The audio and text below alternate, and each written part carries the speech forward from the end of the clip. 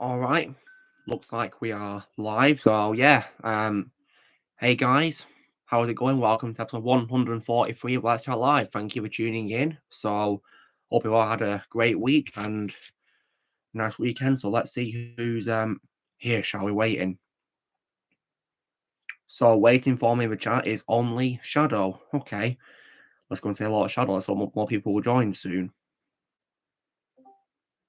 Hmm. Hello there. And looks like I'm only joined by one today for now. Yeah, Blaze should be coming soon, and Ozzy and Vermont are going to be in the after party. Are we now? Okay.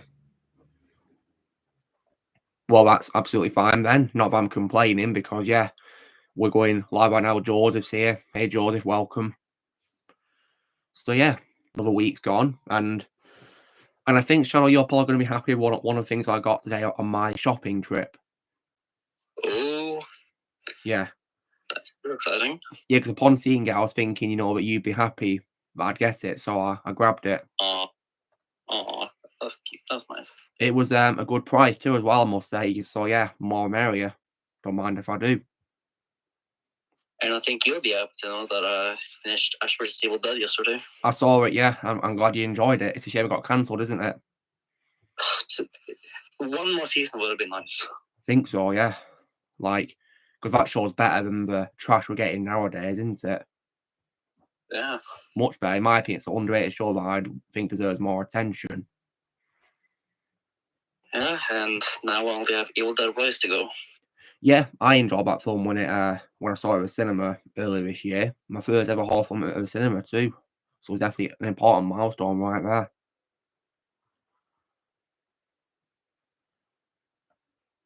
I don't think I've asked you before, Shadow. What was your first horror film you saw at the cinema, if you've seen any at the cinema? That was actually it. Oh, the first one? Yeah. Yeah, the first of the remakes, isn't it? Yeah, it's a shame it's directed by a douchebag, isn't it, now? Yeah. Yeah, screw him all the way for what he did with a flush, of course. Ugh. Like, how dare he, disrespect so many people with that movie and also praise evil Ezra and all that, and also saying the bad effects are intentional. Like, I don't know where to stop with how just much of a douchebag he is. He's a moron. Yeah, he is. He's ridiculous. Like, I used to like him as a director because of the It films, but now I don't. If you guys want to see a true Flash film, just watch Flashpoint Paradox instead. Yes. That's the only one I can accept. One and only Flash. And I think that film's an example of like a celebrity casting working really well, because the guy who plays Flash, I know from being in Grey's Anatomy, I think he did a great job voicing Flash in the Flashpoint Paradox. Really great job playing him in that. Yeah. And even as well, his co-star who plays Thomas Wayne's Batman is also in Grey's Anatomy as well, Kevin McKidd, which is pretty cool. Yeah, he was better. Absolutely badass. He's probably my favourite Thomas Wayne Batman portrayal of all time as well.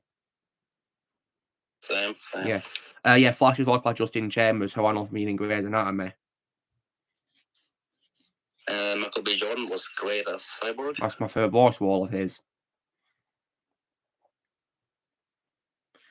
I would not have said no to Michael B. Jordan playing Cyborg in live action. I think he would have worked, to be honest.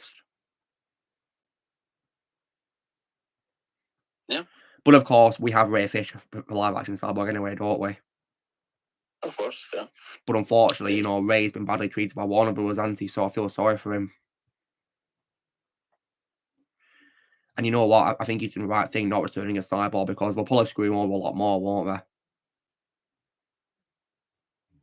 Yep. I think if he paid him in Flush, he'd be ruined a lot more ones because of ugly CGI. Maybe he will be equally as much wasted as the Wonder Woman and Batman. Yeah. What I think is also dumb is how they didn't even credit Ben Affleck in the film either. And I don't know why, because he plays an apparently important role. That's what they said. They apparently said he's going to play an important role, yet he doesn't get credited. Yeah, important role, my ass. Yeah, my ass. You just wasted my favorite live action portrayal of Batman right there.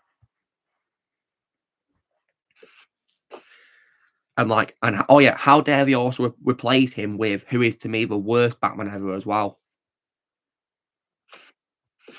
And I really want to know how they got George Clooney back. I don't know why, because I mean, George even said that he thought the twist of him being the new Batman was a great idea. Like, I hope that's not true, it's just a rumor. Because didn't George say that he never wanted to play that Batman ever again? He said it. And he said that, you know, his role as Batman is the reason why he's been careful in his roles ever since that film. He's been careful ever since. But he's gone back to that role. Pretty sure it was a paycheck. And there's also something else which is stupid, right? Which I also found out because, you know, Wayne Manor in the film Shadow? Yeah. Despite the film featuring Michael Keaton's Batman, the Wayne Manor in the film is not based on how it appeared in Burton's films. It's from the Titans Netflix show. Like, what? Like, why would you deny us the iconic Wayne Manor from the Burton films? Which would be in the Lego games too as well, doesn't it? Yeah. Yeah, I love that design of Wayne Manor.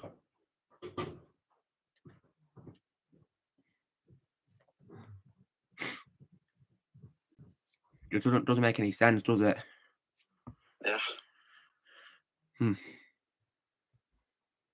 Hey, Exalted Nerd, welcome. And speaking of course, DC, I also hope you guys enjoyed this week's Trash Talk for Justice Week. Oh, yes. I mean, wasn't it part of you the most, Shadow, by any chance? Especially when you got to Henry Cavill's mustache. Yeah, of course. An absolute abomination. Like whenever I think of that scene, I just think about the Hishi for Justice Week. I must ask you a question. Should you shave it for later? They were so clever with how they wrote that script to make reference to his mustache. That was clever. Yeah. Today's also a special day as well for you, Shadow, because it's also the birthday of your favourite actress, isn't it? Legendary Carrie Fisher. Rest in peace to her. And rest in peace. I'll definitely watch a final film when that finally drops soon. Please give me that film already, please. Once Honor Carrie. And then there's also as well, oh yeah, I also want to wish a massive congratulations as well to two people I follow on social media. And that of course is Chrissy Mayer and also Brittany Martinez, well, Brittany Hugo Boom, whatever you want to call her, because they both announced, guys, that they're pregnant. Ooh. So I want to wish a massive congratulations to them both and hope it all goes well for them. Massive congratulations. Yeah. Special times are ahead, of course.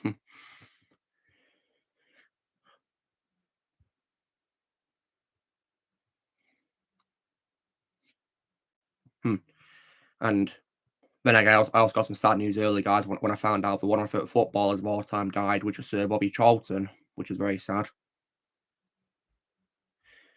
Lived a long life of 86 years, but yeah, I was very sad when I heard the news. Yeah, I saw your tweet. Yeah, I tweeted about it earlier, guys.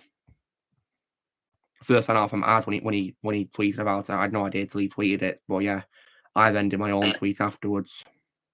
And I also can't believe we also lost Burt Young. Yeah, I was very sad. Paulie from the Rocky franchise, yeah. Yeah, I was very sad. Yeah, I woke up to that sad news when I was getting ready for work, and I was heartbroken. See, that really sucks. Why do we always have to lose the best ones? I really don't know. I guess what I can say is, just appreciate everyone while you can, really.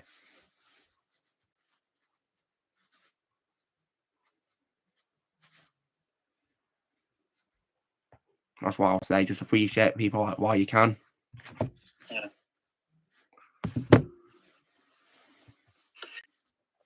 Yeah, they had no idea what they were making that film at all. They just wanted to make it a complete joke, a mockery of a great franchise. So much for that DC reboot. Yeah, so much for it. It's gone, really, now, isn't it?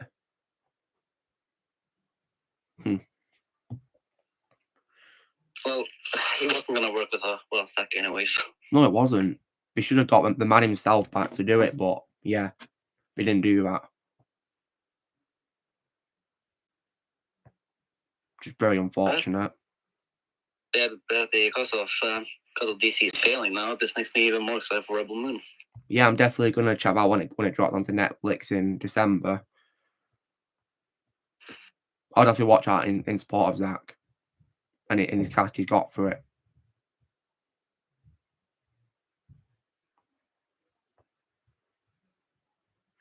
And of course, when it comes to other films, today would have unfortunately been the day that Dune 2 would have come out if it didn't get delayed. God. Like, I don't know why they had to delay it, because like the film was completed and they're releasing the trailers, so why delay it? COVID is dead. And COVID is dead, by the way. Yeah, screw COVID. There's no reason to delay it. But we did it anyway. So yeah, they had no excuse and we still did it. Like, they're releasing completed films now, so why isn't Dune 2 among them? Doesn't make any sense.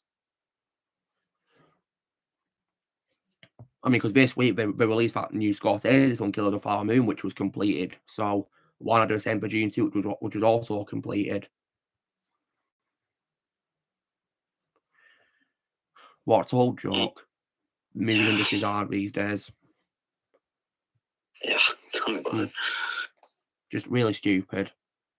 But I will definitely check out Killers of the Flower Moon when it drops onto streaming services, yeah, because I've heard good things about it, and I want to watch it in support of Martin Scorsese and his cast. Because in this mad world we live in, he's one of the few directors I still trust. So do I. And he has my respect these days for criticising today's Hollywood.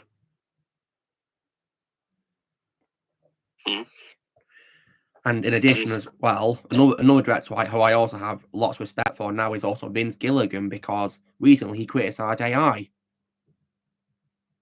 Massive respect for him. Yep. He's not wrong when he talks about how bad AI is and how harmful it is. He's not wrong at all. And Scorsese was 100% right when he said that superhero films are not cinema. Yeah. Definitely not. Especially nowadays.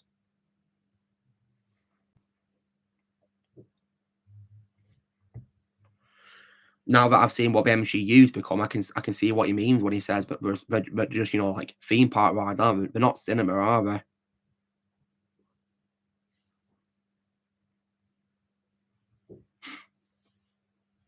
Oh, of course, he did praise the Snyder Cut, at least, which was something nice from Scorsese. Yeah. And speaking of superhero films, I finally managed to see Constantine. Yeah, I saw you did, yeah. It's a very good film, in my opinion, underrated.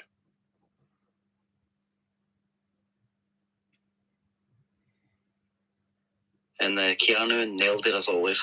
Of course he does. He always does. Yeah, Keanu's an absolute legend. And of course, when I do reviews for anything he's in a starring role in, I can of course wear that shirt I got of him on. Also, Rugged Eagles dropped a new Lego video, which is all 45 Spider-Man characters ranked worst to best in Lego Marvel games. That's cool. I watch that. I think I have a fear what number one is. Well, obviously it's got to be Spider-Man, isn't it? I think it's probably the original Spider-Man from Lego Marvel Superheroes. Well, it's got to be. I mean, who else would it be?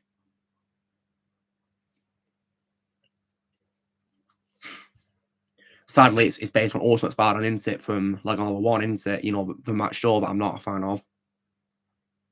Yep, very overrated. Thankfully, not voiced by Drake Bell. He's instead voiced by James Arnold Taylor, thankfully. Thank God for that. Oh, yeah. I must say that considering that James Arnold Taylor was in, I think he was in his 40s when he did that voice, he really sounded so convincing as a young man, didn't he? Yeah. Yeah, great actor.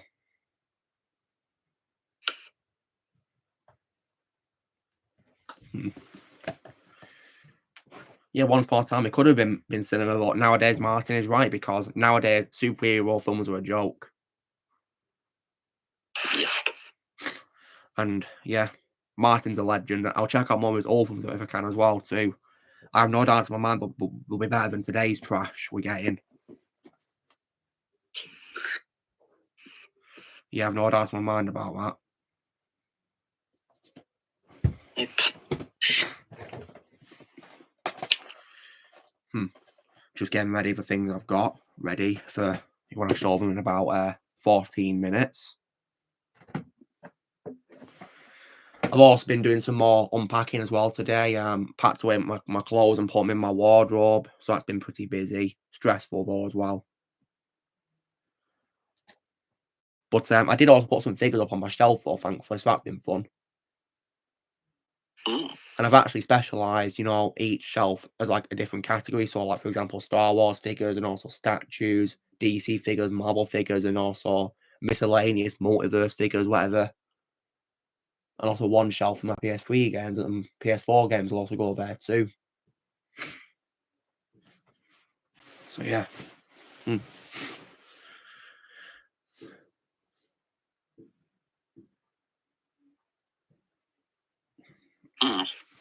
So it's a work in progress, but hopefully soon I'll be able to have them all there. The ones which I don't want on my desk, that is. There's some figures which I will want on my desk play purpose. So that'll be nice. Well, that's cool, Donny. I'll be sure to play Spider-Man 2 when I get a PS5, hopefully soon. I mean, I've wanted a PS5 for Christmas, really, but yeah. I'm hoping one day I'll be able to play Spider-Man 2. Yeah, and I heard great things about the game so far. Me too. And of course, that is the main reason why I want to play PS5 in the first place, because it's only on PS5.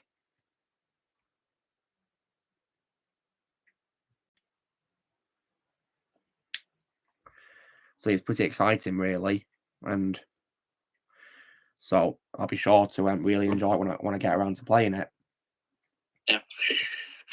And in terms of what I'm playing currently, though, I managed to platinum Lego Force Awakens early this week, and yeah, that was I mean, I've done it before on Xbox One, 100%, and I did it again. Only this time I got trophies for it, thankfully.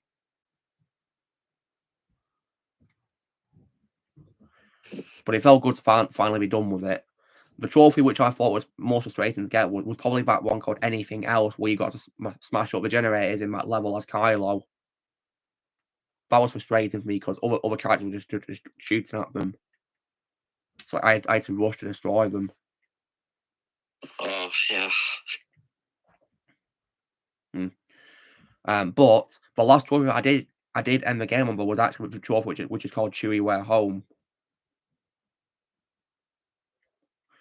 where you got to play as the classic Han Solo and Chewie in the Falcon. And the trophy pots when you play as them both in the Millennium Falcon, and yeah, that's how I wrapped up the game. Well, that's definitely perfect. Yep. For a way to end the game, so. Yeah, I like to end on a good note, really, especially when you're playing a not so good game, And also as well, I then also started the Lego Harry Potter collection on PS4, and I can confidently say that it's in my opinion one of the best remasters I've ever played in video game history.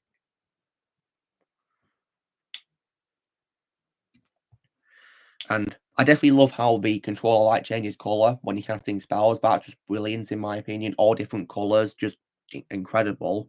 And I do also as well love how the controller makes noises too as well, which is actually something I didn't expect. Mm. Like, for example, the sound effect of students who are in peril, for example, and also as well the sound effect for like when you're near a collectible, for example, and also when you get true wizard status. Just yeah, amazing. I'm up to Prisoner of Azkaban now as well, so yeah, it's been really fun so far. Oh, I'm looking forward to playing it. Yeah, you'll probably love it. I mean, it's my childhood, so yeah, it definitely brought lots of happy memories for me when I played Xbox 360. But in terms of PS3 playing, I'm also currently playing God of War Ascension, and so far that's been a lot of fun. Just like all the God of War games. The only downside I have with it is probably the puzzles, because in my opinion they can get really hard at times. I can imagine. I mean, when it comes to puzzles in games, I find Lego ones probably the most fun to do because they're easy and fun at the same time. But when it comes to God of War puzzles, they can be a bit tough. But I think one of the hardest puzzles I've ever had to do is probably ones in Uncharted. Oh yeah, those were excruciating. I had to use YouTube playthroughs to help me on because I didn't have a clue what to do. There is some puzzles in Hogwarts Legacy that are hard. Oh dear. I mean, the puzzle that I'm looking forward to doing the most in Hogwarts Legacy is probably the one which plays Hedwig's theme as an Easter egg.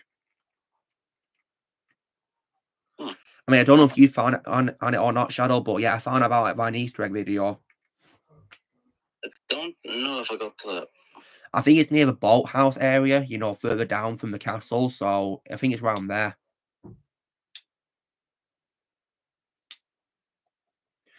But I do love how the company who made the game, you know, they actually acknowledged, you know, the movies by including that theme song. Yeah.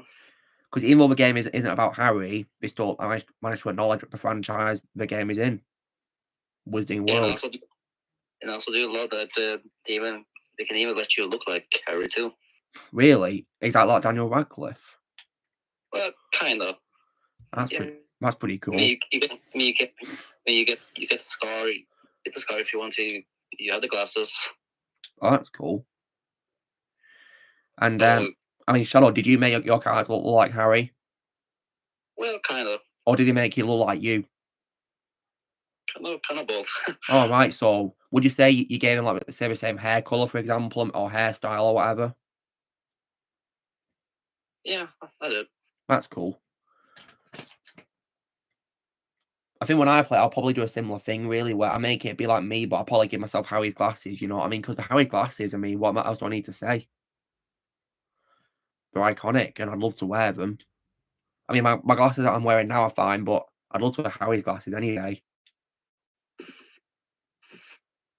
No, I didn't give my character any glasses, but I did give myself a scar. Nice one. I suppose if you've got a scar on you, then when it comes to a villains, you can be prepared. That's what you did, though. Yeah.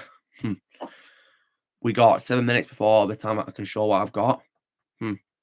Hopefully Blaze will show up to an Aussie if he's not too busy, maybe, you know, because he said he'd be either late to or late to after party. That's what he said. So we'll see. He's at an event or something. He'll explain. Okay. He'll explain what that was all about. Okay.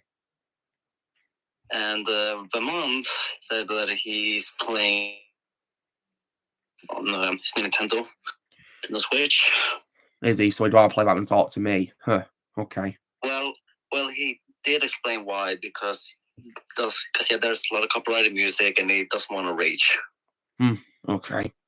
I mean, I wouldn't mind him using headphones on his Switch or anything like that, or you know, like I mean, I don't mind raging because I rage too, so yeah, I can relate in that sense.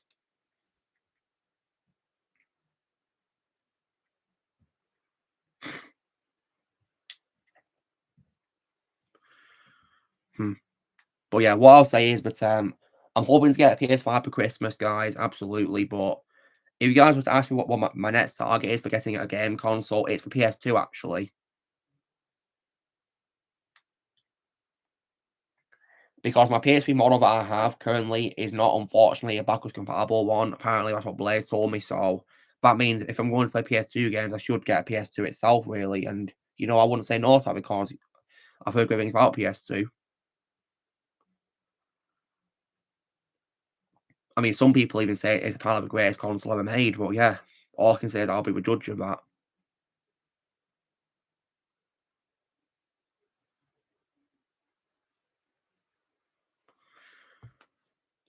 We'll definitely see what I think of it. And there are many games on it I would love to play, of course, which are very popular.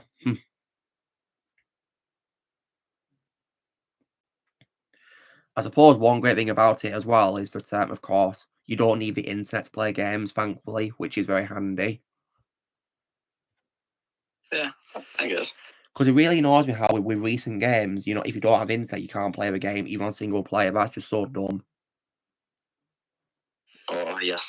Hate that. Like, you're playing on single player when there's nothing, like, online related to it, like no other players, so why can't I play it? Yeah, like I think that's one of the dumbest things about Jedi Survivor. You tell me about it. That's why I don't want to play it, because of that, and of course, because screw Disney. And personally, I'm not really much a fan of EA's handling of Star Wars games, to be honest, really.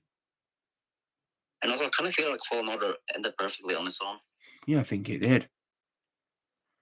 And of course, I know that if they continue, that is going to lead to sequel trashology anyway. Yep. And I wouldn't be surprised if they kill off Cal in the next one too. Wouldn't be surprised if we do, but I mean, they did it to Sarah in Survivor, didn't they? So yeah, the plot went to him next. That's another reason why I don't want to play Survivor. Yeah, because I liked Sarah. I actually liked her. Yeah, I liked him in Fallen Order. Might say it's my favourite Wall of Deborah Wilson too, who played her.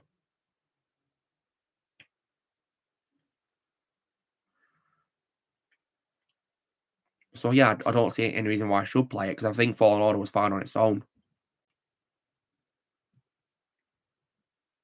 So a game that didn't need sequels.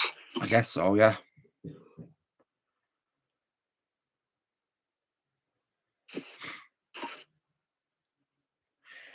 And it just makes you more and more excited to check out old games.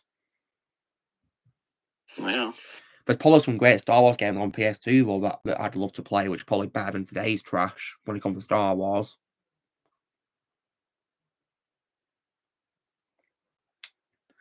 And I know that because, like, whenever I watch the originals and prequels, it's just amazing. It's just amazing how much better it is compared to now's Star Wars. And I actually said this to Blaze too, but oh, Blaze is here. What a coincidence! Hey, Blaze. Yo. I was just saying, Blaze, that I said to you once that I feel like people who make games and like films these days are really lazy compared to old things, aren't they? Just lazy, aren't they? Yeah. Like, for example, I mean, Shadow, did you hear about the backlash towards that new King Kong game?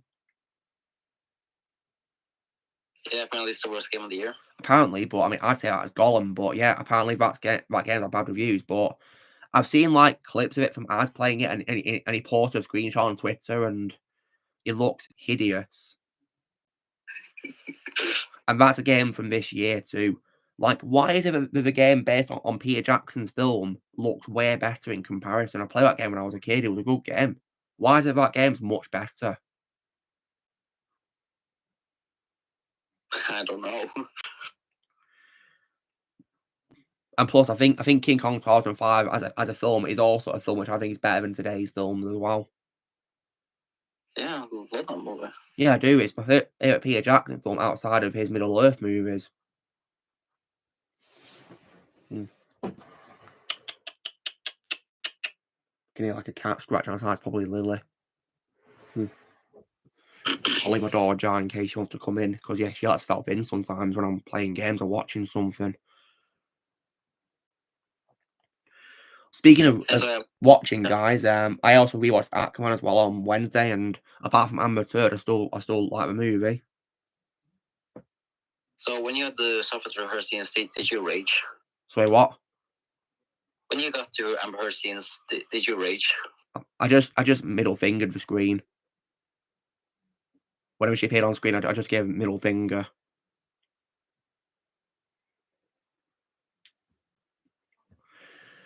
But on a more positive note, though, guys, on Thursday I did watch for the first time Who Framed Roger Rabbit.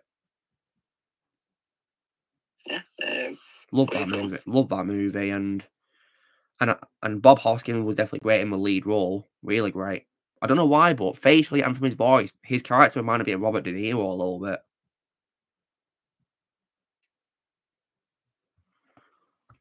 And also, why is it that film handles like 2D characters in live action better than recent things like, for example, Space Crap and You Turd?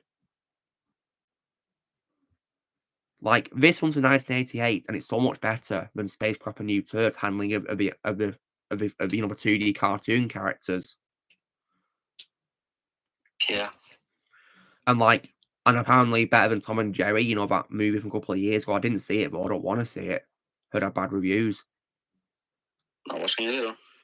I saw Don G. Corleone's rant of it, and I can see why he hated it, because yeah, based on what I've heard, it looks like it's trash. So yeah, I don't want to watch it. Blaze also said it's trash too as well, didn't you, Blaze? Like, why is there a scratching noise over there?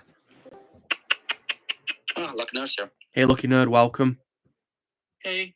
Nice to you here. I was just here to talk about the Tom and Jerry movie, and I was just going to say, even Kaji Tang deserves a way better role than Tom, that film. And in regards to Who Framed Roger Rabbit, it is actually amazing how many characters were in there from Disney to Warner Bros. It would definitely require so many licensing issues if something like that were to be made today.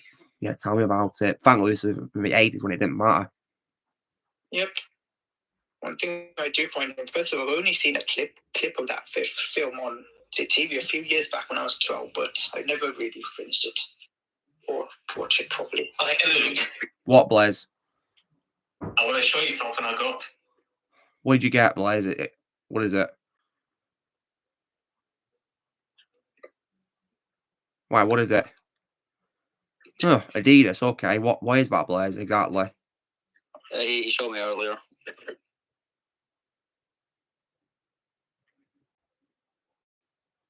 His camera's frozen for me. What is it? What have you got? What is it? Adidas trainers. Trainers, okay. You showed me those earlier, didn't you, Blaze? You said you were getting them, and a new coat apparently as well. And look, we are 30 minutes into the stream. Yeah, I noticed. Well, yeah, Blaze interrupted me by talking about his trainers, didn't he? So yeah, now we can make a start, can't we? You can do yours now. Yeah, I'm just gonna put my figure Batman on the side.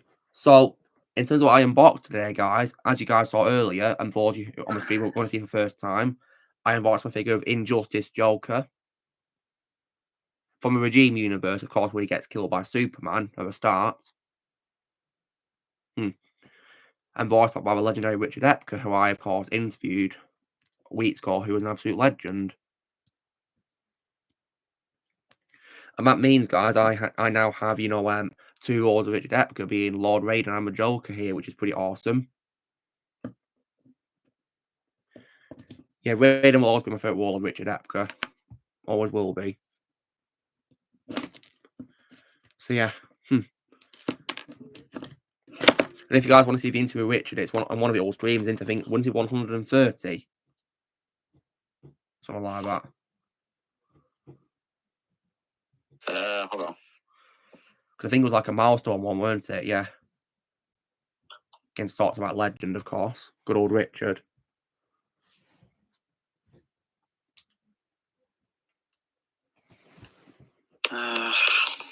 Look it up right now. Much appreciated. Nice streams. There's like a separate playlist, isn't there, for live streams, isn't there? When you go onto my channel, which is handy. Episode 130. Nice one. That's good. So, in terms of figure getting today, guys, I managed to get one figure from Forbidden Planet, and this time it's actually, of course, for a DC superhero, as he appears in an old TV show. I already got, of course, who he's the sidekick to before, and can you guess who that is? And I said this character's a sidekick. And the initials of the actor who played him is BW. And of course, in the intro to a show, he of course says atomic batteries to power, turbines to speed.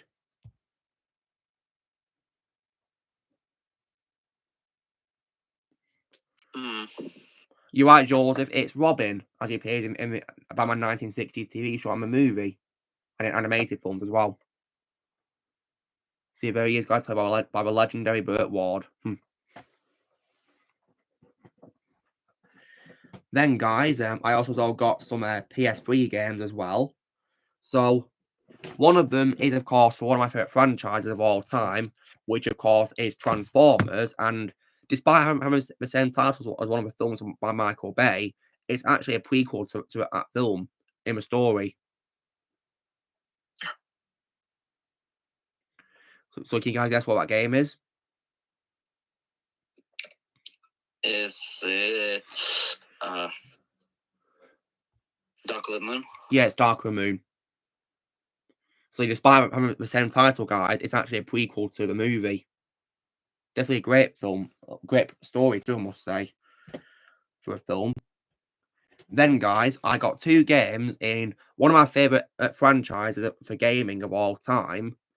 And these are 2 games in like an action franchise in which the character uses a grappling hook to get around and you can blow up things, which is absolute non-stop awesomeness. And it's a pity if Ozzy's in here because he probably guessed what these are as well because he's played them, especially the third one because I got the second and third one of this franchise. Second one's one of my favourite games of all time in general, not just from the franchise, but of all time in general. Blaze knows what it is, so Blaze, can you guess what it is? Just Cause 2. Yeah, well done, Blaze. So I got on PS3, Just Cause 2, and on PS4, Just Cause 3. And when I get a PS2, the first Just Cause game is going to be a game I'll be wanting to play on it. Because unfortunately, while we did it on Xbox 360, we didn't do a PS3, sadly, for some reason, which really sucks. So I would have loved to play that on PS3. Then also as well, guys, I also got a game which apparently is better than the film it's based on. And this is also actually a Marvel superhero video game based on a film, which I personally think is a terrible film. But apparently, this game, which is based on it, is better than the film. So, do you guys want to guess what that game is, which apparently is better than the film?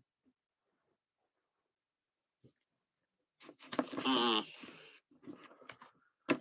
And what's also cool is it actually has lots of the cast from the film voicing their characters in it, which is pretty cool. X-Men Origins. Yeah, it is X-Men Origins Wolverine, the game based on the film. Because apparently this is better than the film, and I'm going to judge it for myself, because apparently it's gory and full of blood, which is, of course, what I expect from Wolverine as a character, so yeah. Yeah. Yeah, something left. Yeah, the film was just a joke, wasn't it? Yep. Definitely to me, One. yeah, to me, One day when you'll be reviewing those films, those will probably be getting a trash talk. well, yeah, of course, I hate it. To me, it's the worst of spin-offs. Then after that, guys, I then got 3 movies. One of them is a boxing film, which in my opinion is pretty emotional, I must say, and has my personal favourite role of the actress Hilary Swank as well. And it's also directed by and starring the legendary Clint Eastwood as well. Oh, I know what it is. $1 Million Baby. Yes, it is a $1 Million Baby from 2004. Love this film. Need to see that. And of course, as well, it's also Morgan Freeman in a supporting role as well. And what's great is that it won 4 Oscars, which is pretty awesome. So, which is brilliant. Like, for example, Best Motion Picture, Achievements in Direction for Clint Eastwood, who directed and starred in it. Actress in a leading role, Hilary Swank, and actor in a supporting role, which is Morgan Freeman. So, yeah, definitely to me, very well deserved.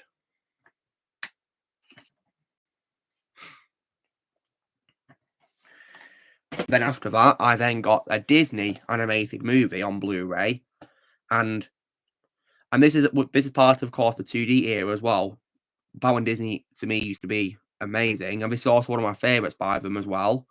And I'll let you guys guess what it is by, of course, saying a quote which is "Family means family, no one's left behind." Lilo and Stitch. Yes, Lilo and Stitch. Yeah, the first movie. Yeah, so that's what call a cool off when you take it out. Yeah, there you go. Personally, I feel like that movie did not need sequels either. Really? Well, I've not seen the sequels to this day, so yeah, looks like I dodged a bullet, I guess. What a coincidence. I've only seen Stitch the movie so far, and it was. Okay, that's unfortunate. But Shadow, on a more positive note, though, I got a film which I saw earlier this year, which I know you speak very highly of. Ooh. So yeah, and I will let me just let you. I'm going to help you guess what it is, of course, by saying the first quote from this film, which is on IMDb's quote section for it. So let me load it up. Okay, where is it? Where is it? Here it is. Come on, it's loading up. Hate it when it takes ages to load. Okay, here it is. So, Shadow, I'd like to guess what it is by this quote, which is, "I have crossed oceans of time to find you." Bram Stoker's Dracula. Yes. There it is, yeah. Directed by the legendary Francis Ford Coppola. Yeah, right here. Love this film.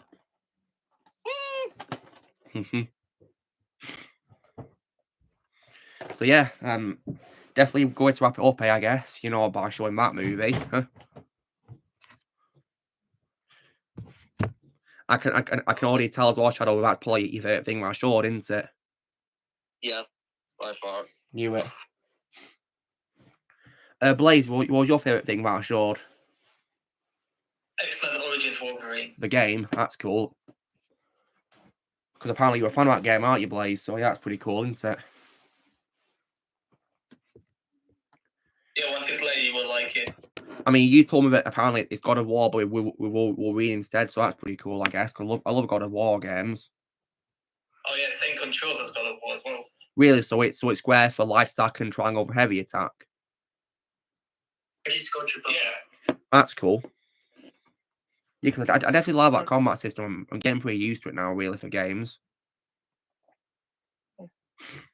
And for me, it's a Robin figure. That's cool, yeah.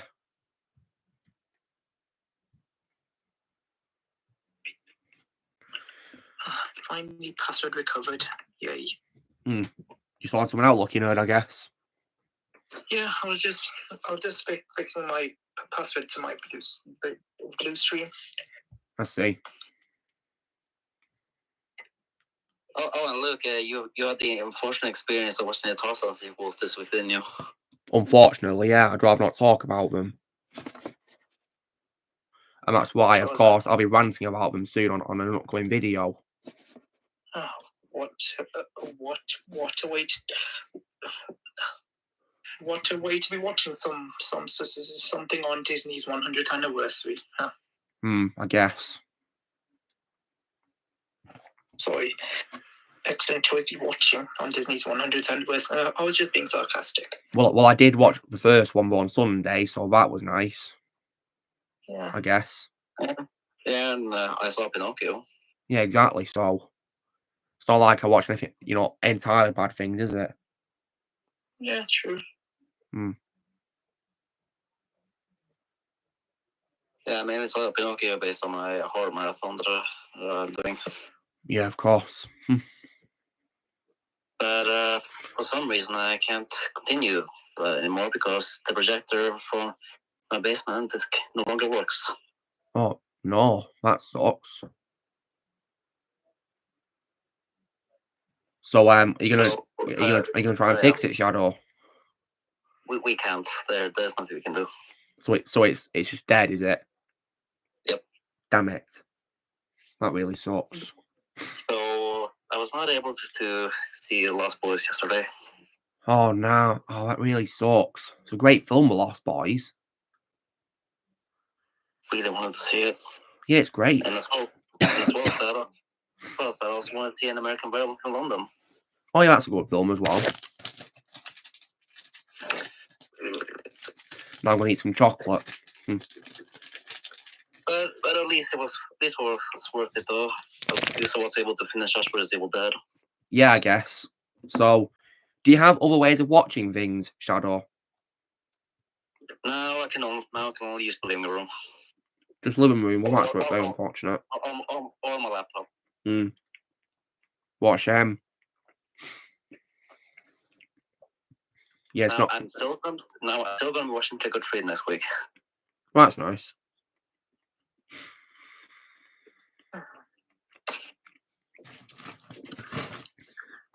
And in terms of watching things go as well, I did also manage to finish watching Avatar: Last Airbender all this week, and yeah, in my opinion, it's one of the greatest shows ever made.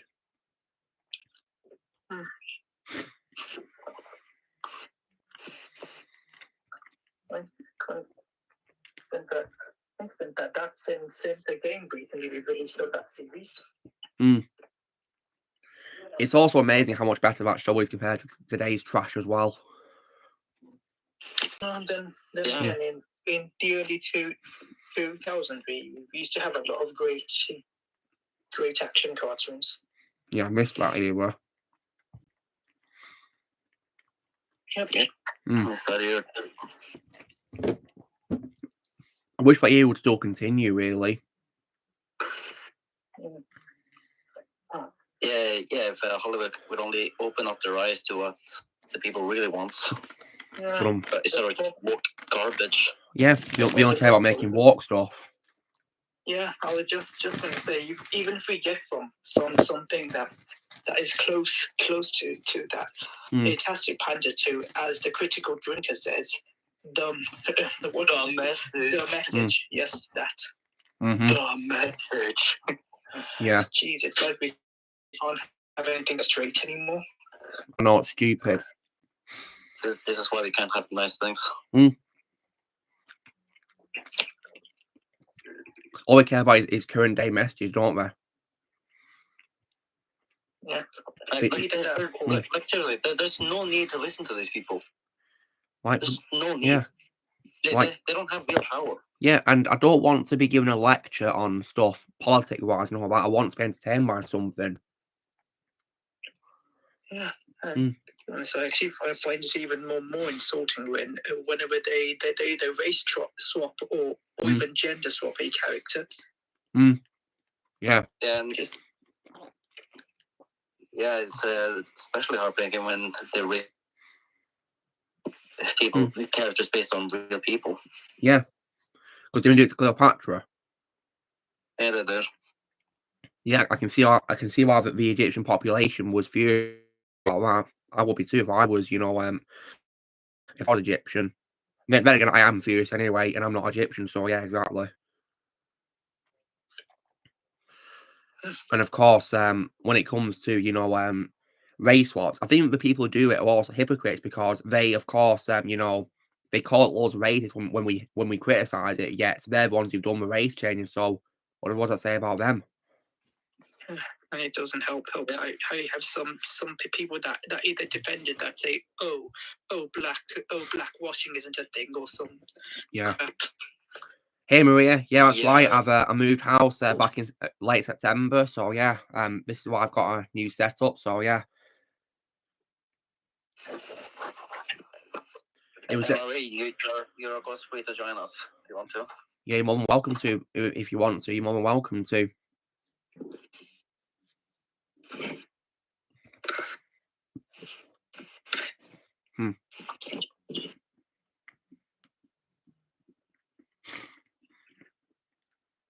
Yeah, I love chocolate. Delicious food. Oh. That's fine, Maria. No worries. You can't talk. It's absolutely fine. No problem.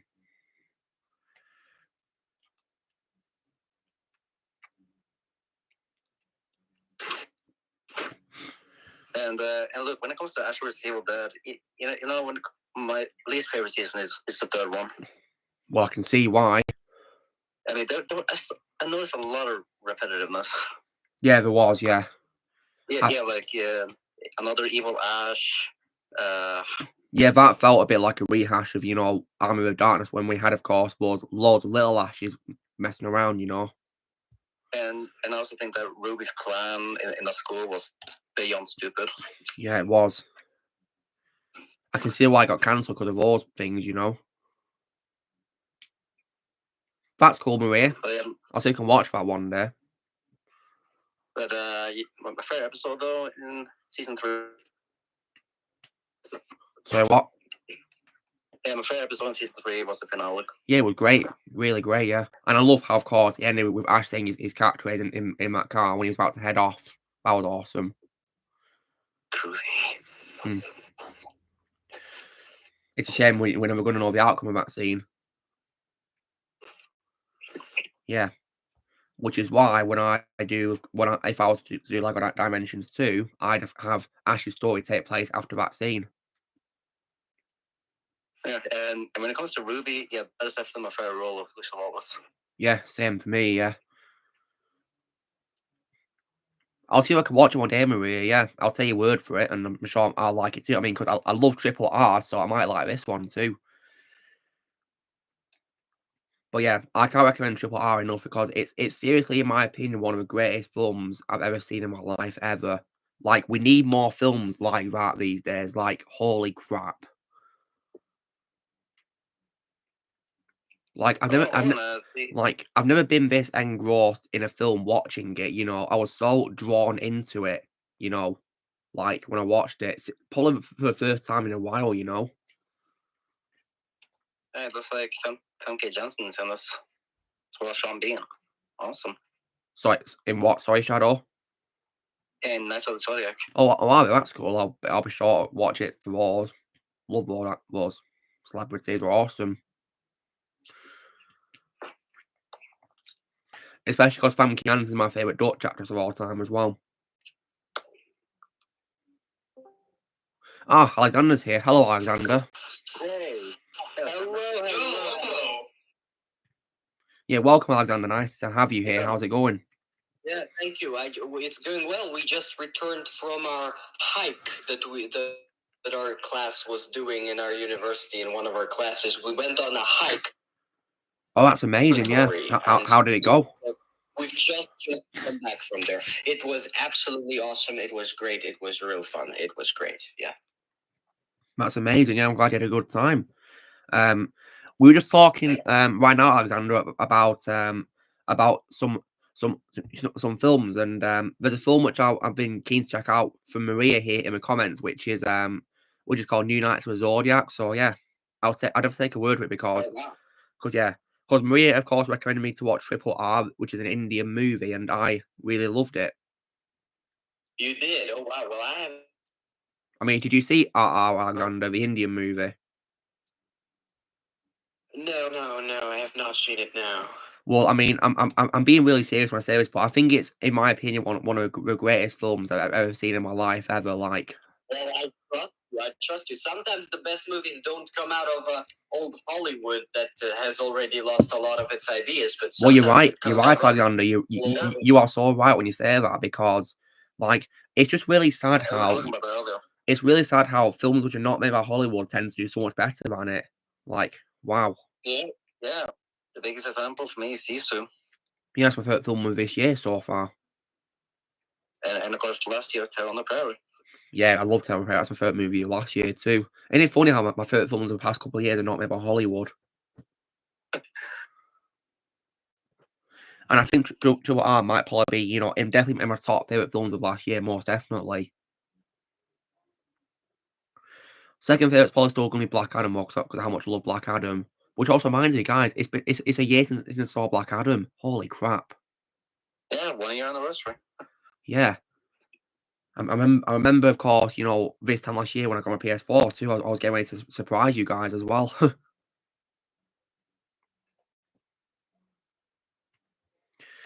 of course, history repeats itself earlier this month when I got a PS3 to show you guys when I turned to streaming, which was pretty cool. That was awesome. Yeah. And that, of course, paved the way for new opportunities for me to get, new games, which I couldn't get on PS4, And I'm definitely very keen on checking out, of course, older Star Wars games, of course.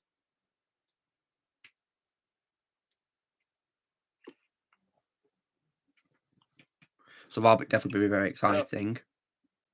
Oh, I've not seen Maria. I've not even seen Black Adam yet. You haven't, Maria? Well, I'd recommend it. It's a great film. Oh, you are missing out. Yeah, it's really great. And also, as well, Maria, stay for credits too, as well. Stay for credits.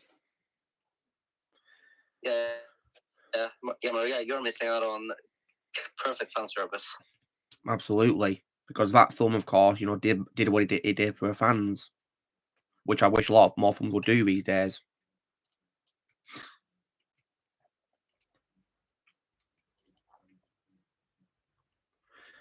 But sadly, however, of course, many films don't listen to their fans, do they, which is stupid. Yeah. I got through with that. That's nice, players. I just saw you say it in the comments. Yeah, I had some tacos earlier. Tacos, that's nice.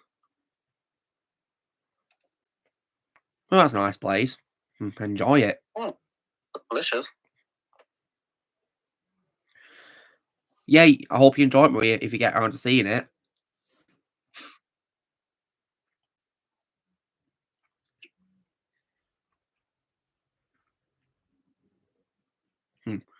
And also as well, like, so, yeah, Star Wars to me is definitely a massive example of a franchise where old is better than new. I'll definitely say that.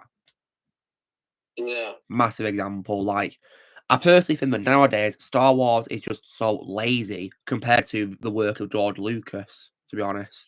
Yeah, I think now they're just, basically vacuum cleaning up the money, and That's fine, Marie. You keep flooding it because we got to keep a chat alive, haven't we?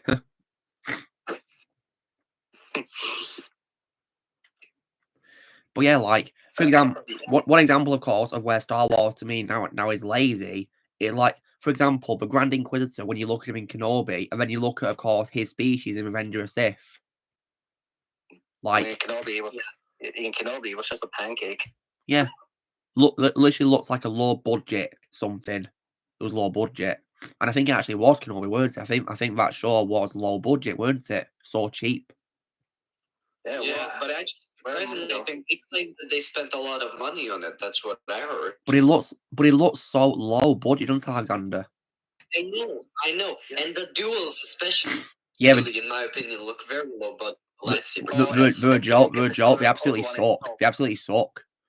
And also, Alexander, I think another example of where it sucks is also, in my opinion, the de-aging as well. Terrible. Yeah, the de-aging did not look good at all. Yeah, I will say, though, based on a clip I saw that Jay posted, I personally think the de-aging of Hayden Christensen in Ahsoka is better than it is in Kenobi, in my opinion.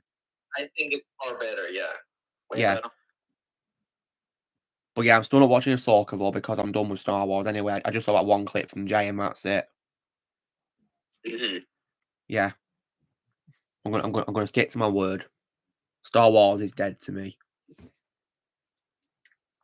But yeah, like, because literally in Kenobi, Hayden Christensen just looked like a 41-year-old Padawan in most scenes in the flashback, didn't he? Didn't look like, he did back in Attack of Clones at all when I think he was 21 when he first played Anakin and when the film came out in Attack of Clones. Mm-hmm. Yeah. Like, and what's dumb is he literally looks like he's older than Ewan McGregor in that scene too. Yeah. Yeah, he does. And that's so stupid because Obi-Wan's supposed to be much older than Anakin in that scene. But apparently he looks younger for some reason. Like, it's just one of the worst de-aging I've ever had the misfortune of seeing in my life from clips I've seen of it, people post on Twitter of it, nicknaming it, of course, the 41-year-old Padawan. And it's simply not Obi-Wan at all. Simply not. I think it's just Jake Kenobi because he's a coward, isn't he? Nothing like how Obi-Wan should be at all. Yeah, and I mean, in that show, Obi-Wan literally it starts off with Obi-Wan giving up and being like, oh, the war is over, we lost. Oh, that's not Obi-Wan. And guys, don't get me started on his duel with Vader. Yeah, I mean, obviously that duel should never happen to begin with because George Lucas made it very clear that that they and Obi-Wan never met in between Revenge of the Sith and A New Hope. He made it perfectly clear. Yes. So yeah, that duel should never happen in the first place. I mean, it was stupid, yes, but it should never happen in the first place. I agree. Yeah. And people on Twitter were calling me silly for saying that, it shouldn't be happening. But my response to them, They were calling you. yeah, they were saying that holding back on this duel, or because what George Lucas said, it is silly. So my response to them is cough. I don't know what these people are. Yeah, all I gotta say to them is, I don't remember the name, Alexander, but it was just, idiots on Twitter who, are like, shilling, what happened to Star Wars nowadays, how we're praising it and all that. Being Karens. Oh, wow. Yeah. So my response to them, is cough.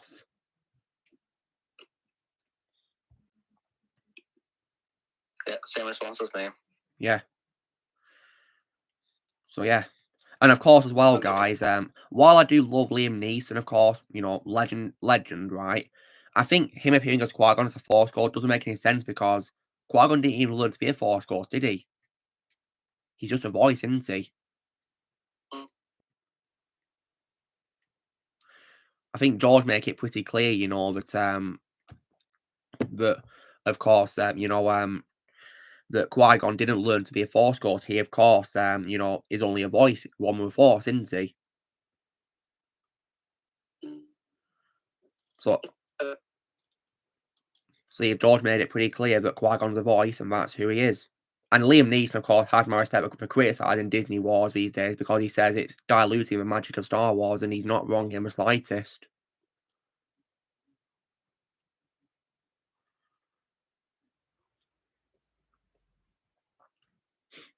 The Last Jedi to me is the worst Star Wars movie I've ever made.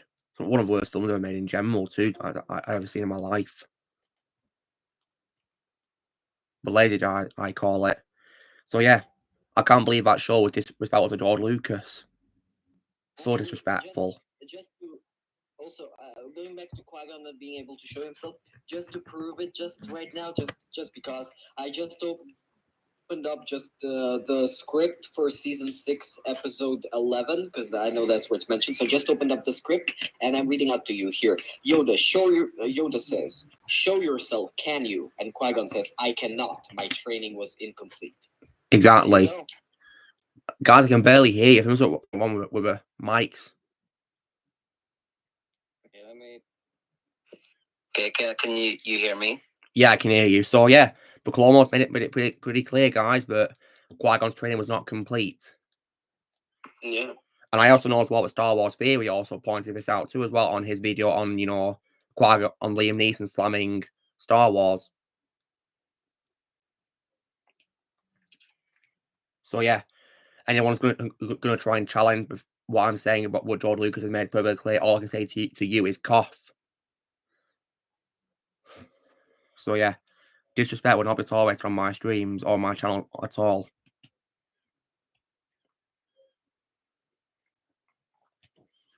Oh yeah, that new Mortal Kombat film dropped. I bet I need to check it out one day. MK Cage match, absolutely.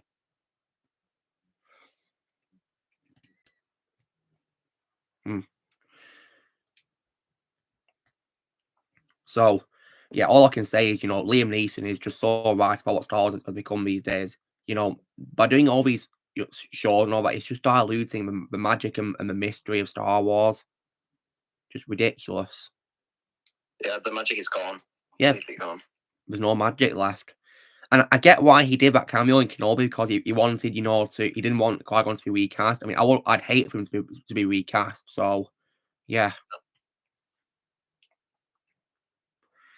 But yeah, I do feel, of course, that cameo was just a waste, really. Like, it was like a massive missed opportunity, really.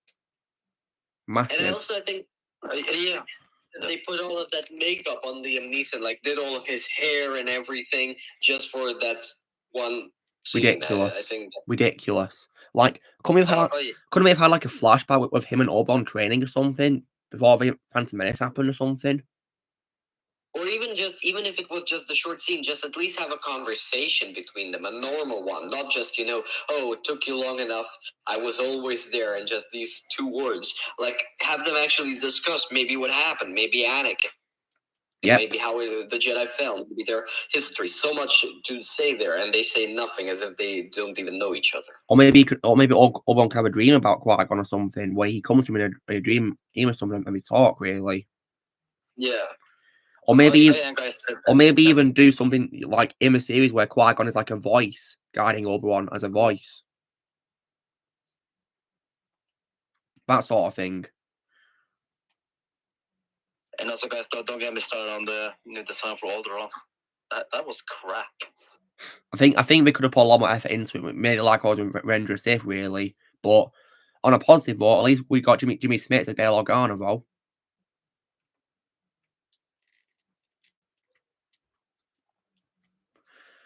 Yeah, and even he didn't look that great either. Like he looked like he was supposed to be. He looked a lot more older than he was supposed to be. Like isn't this supposed to be before Rogue One? Yep. Yeah, exactly. Exactly. Yeah, they should have probably done something to help conceal Jimmy Smits' age and stuff like that. Really, to make him look like how he appeared in Rogue One before Rogue One. Yeah, like in this, he looks like an old man. I mean, he's of course into his 60s, so yeah, that probably explains it. So they should have done something to help hide his age, really, because I mean, I think it will with Liam Neeson because obviously he's 71 now. So I think of course the Force Ghost blue effects must have helped hide his age, of course, and the makeup to it and the fake beard and all that. So they could have probably done something to help Jimmy Smits' his age be hidden.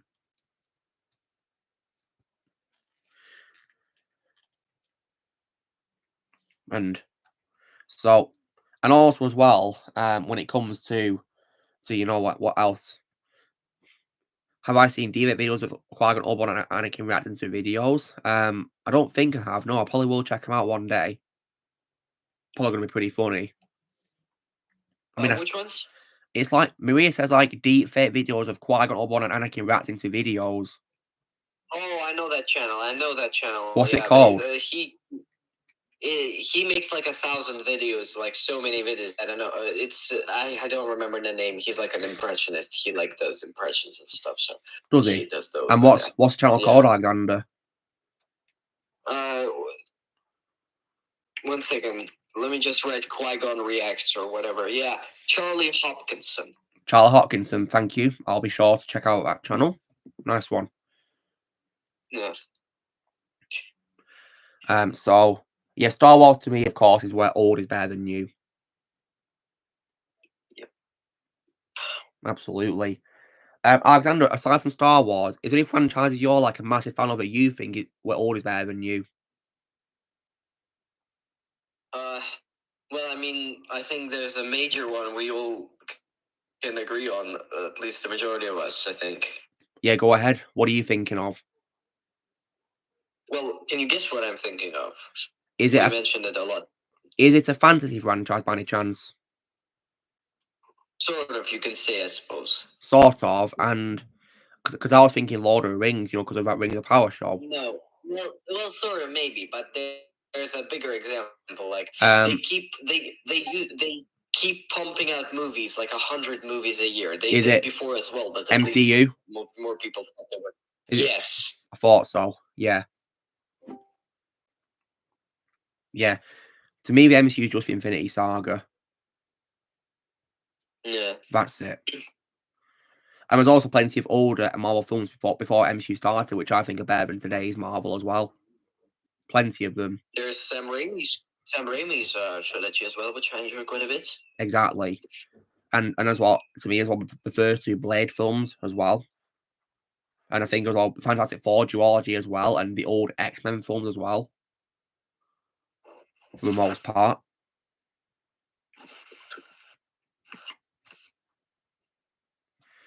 And I think as well, another example as well could also be in some cases DC as well.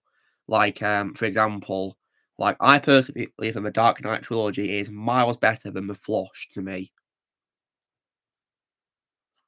Because what I think is so laughable is that some people were saying that apparently the Flush is the best DC film since the Dark Knight, and that makes me laugh my head off. That is completely laughable. Like, wow.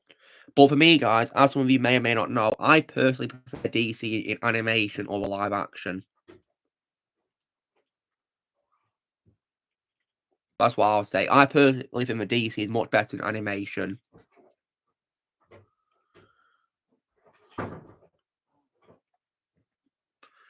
A vast majority of DC's animation that I've seen, I give 10 out of 10 to.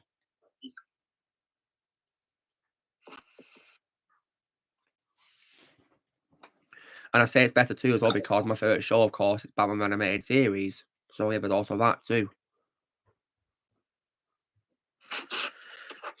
And of course, the main reason why, of course, I prefer DC animation, it's like one simple reason, of course, for me, and that, of course, to me is Kevin Conroy. That's what I'll say.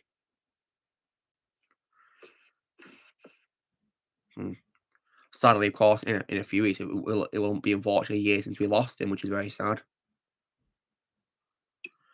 Doesn't feel like a year ago at all. I can't believe it, almost a year has passed now. Yeah, and it will also unfortunately be on the 12th. It'll also be 5 years since we lost Stan Lee, sadly, which is very sad. You know, Stan's an absolute legend, and I really miss him very much. I think if he was still alive, well, he would be probably disgusted with what Marvel is doing these days.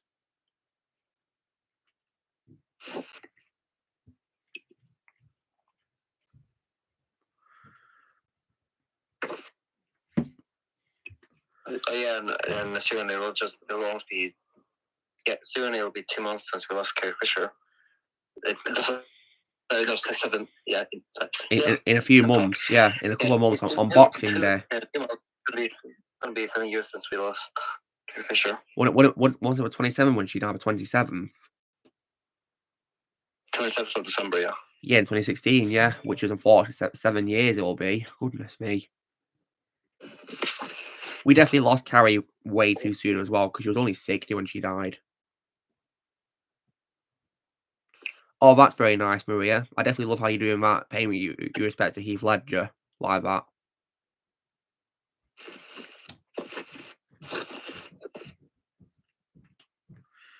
And also as well, yeah, Heath Ledger's also definitely another massive example of someone we lost way too soon, because he was only in his late 20s when he died. So we definitely lost him far too soon.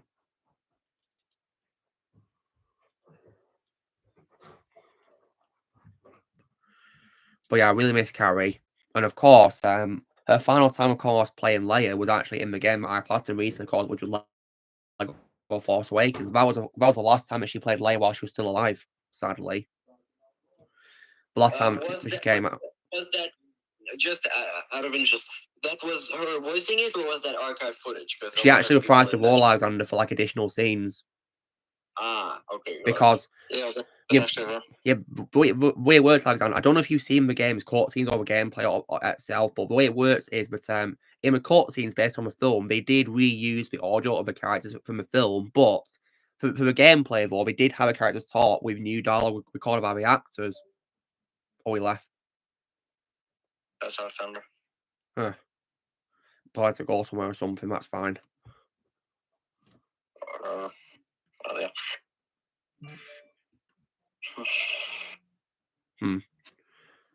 Maybe connect one or something. Alan Rickman, yeah. He was only 69 when he died. And Lance Reddick? Yeah, Lance Reddick was only 60. Same years, age as Carrie. Yeah, same age. We lost him far too soon, which was very heartbreaking. He just came out of nowhere. Like, poor Lance. Like, I was heartbroken when I came out of, when I first came home from Shazam 2. I saw that. I was uploading my review when I found out about his death.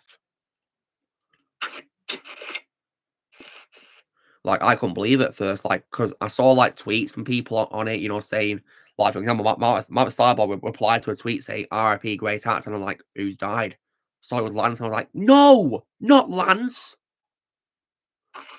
And then I looked more into it because it could have been, you know, a hoax, but it was unfortunately confirmed to be real because Lance's wife confirmed it on his social media that, you know, he was gone, taken too soon. Like, that was just really sad.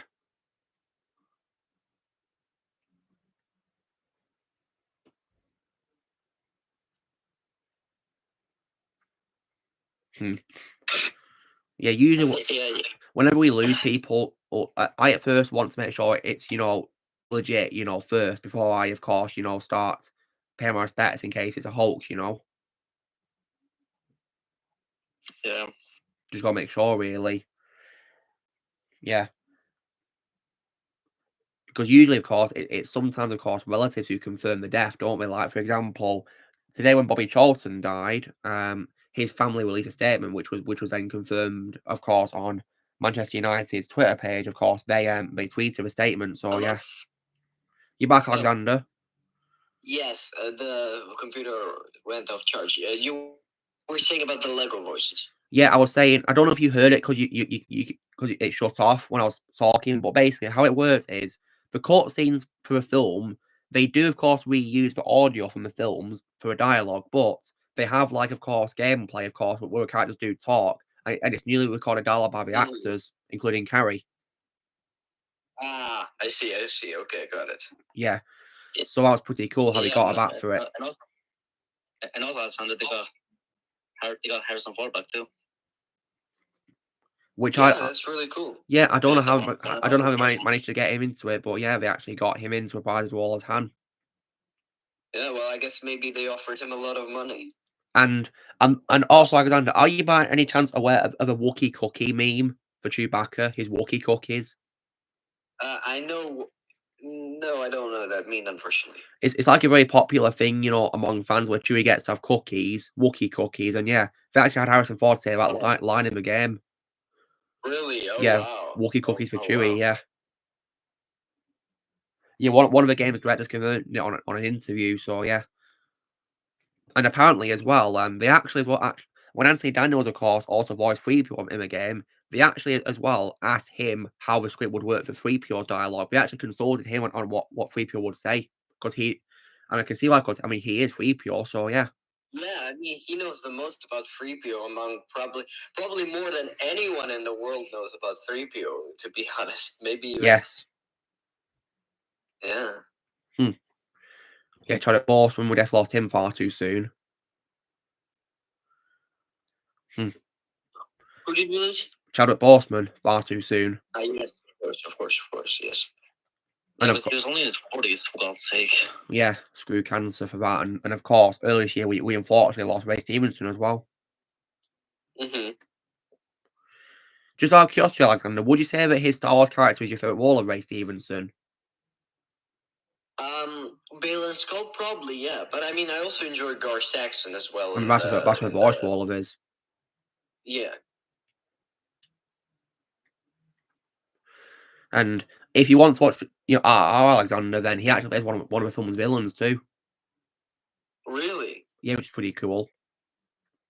Oh wow.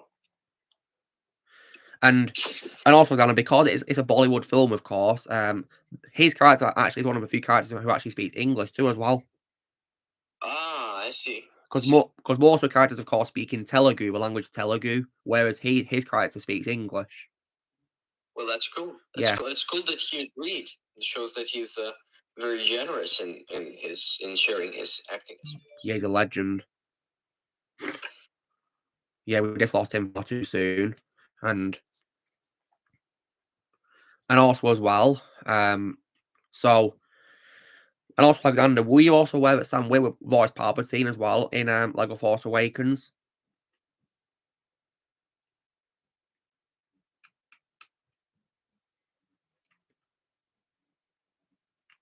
Alexander?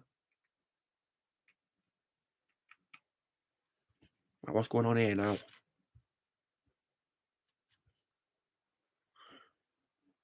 Yeah, but that's very sad how you posted a video of Lance Reddick, and unfortunately, of course, you know, as his Horizon Zero Dawn character, and unfortunately, of course, yeah.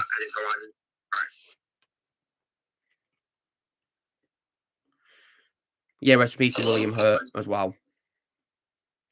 So, Alexander, were you aware that Sam Witwer voiced Palpatine as well at LEGO Force Awakens? Yes, I was aware of that. Yeah. And of course, Matt Sloan voiced Darth Vader as well in that. But what I'm also wondering is that Darth Vader and Palpatine didn't have other dialogue besides the lines they said for Return of the Jedi in that level. So yeah, exactly. And I don't know why they couldn't reuse the originals then. Yeah, why not just reuse James Earl Jones' Amy David's lines? Yeah, it's true. And also the same goes for what Darren DePaul as versus Sebastian Shaw as the unmasked version. Yeah, but they could have reused Seb Shaw's lines too. Yeah. I mean, if the characters had to have more dialogue, I'd understand, but they didn't, so yeah. But better still, what if they were going to have new dialogue, we could have got regional actors back to record that too. That's true. That's true. Because this was 6 years before James Earl Jones would retire from playing Darth Vader, of course, so he could have come back to provide additional dialogue. And of course, as well, Luke as well doesn't have any other dialogue in that besides his lines, so we could have got why can we do the same for Vader and Palpatine, reuse their lines from a film, reuse Mark Hamill's lines? Yes. Pretty questionable, I must say, really.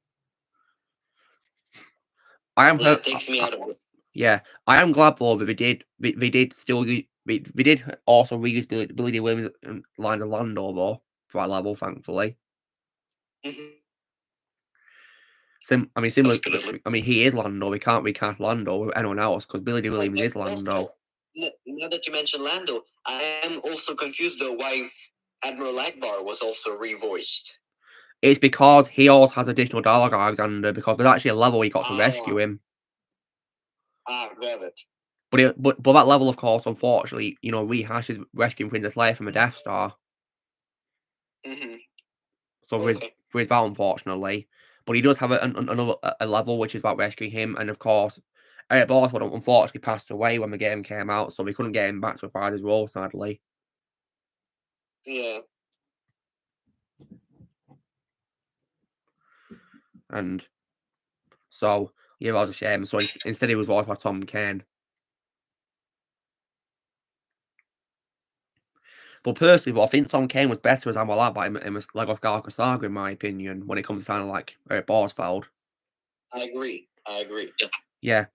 Especially, of course, when he says the lines from Force Awakens, like, how is it possible to power a weapon of that size, for example. Yeah. Sadly, of course, that was Tom Kane's final ever thing he's ever going to be in because he retired. So, yeah, I miss Tom Kane. Hope he's doing well. As do I. But he left us with so many great performances. It's he unbelievable. Did. So, I guess you could say that he's been immortalised in his projects, really, which he's been in, really, Not going to be forgotten, is he? Yeah.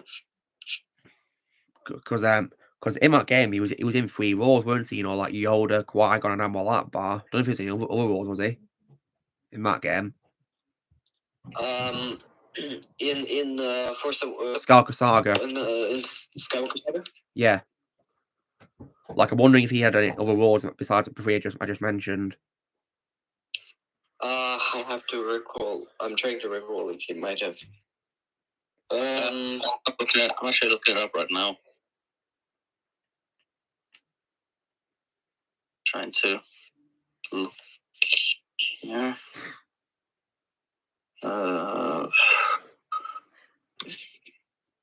Trying to see what else. See. Apparently the other thing he did was just voicing a Mon Calamari officer, and that was it. Oh, really? Well, I can see why he did do that, of course, because he was already in the game as Akbar, so he's going to voice a similar character, isn't he? Mm-hmm. Does this character have a name, Shadow, or does it just say, like, soldier? It just says Mon Calamari officer here on IMDb. Because what I'm wondering is, could he also voice Admiral Akbar's son, who's in Rise of Skywalker, in a small role?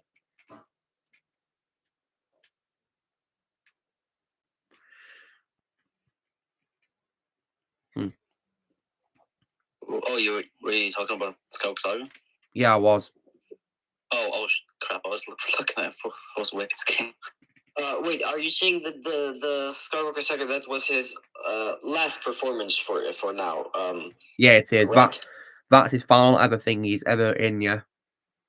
But when it comes to Skywalker Saga, it was only Yoda, Qui-Gon, and Akbar. Okay. Just those three then. Because the thing that has me confused is because I went on his page, and it also says he was in what is it called?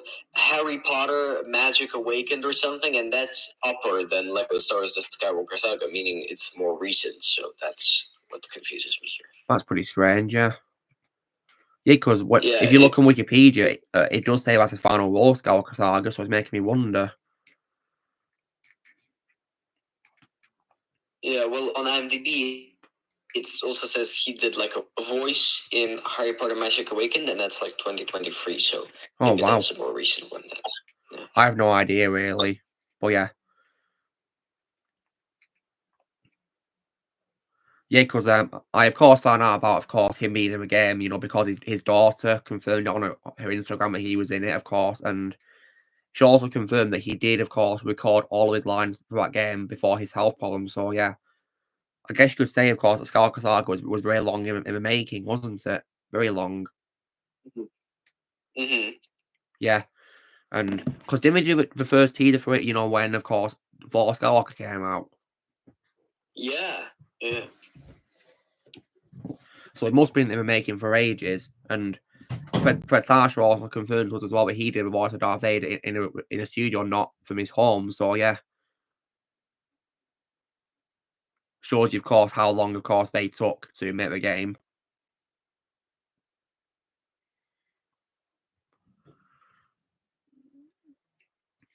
And I guess as well, the wait was definitely worth it because, you know, the game was definitely amazing. And I'll be looking forward to replaying it on PS4 after I, of course, got it early this year to replay.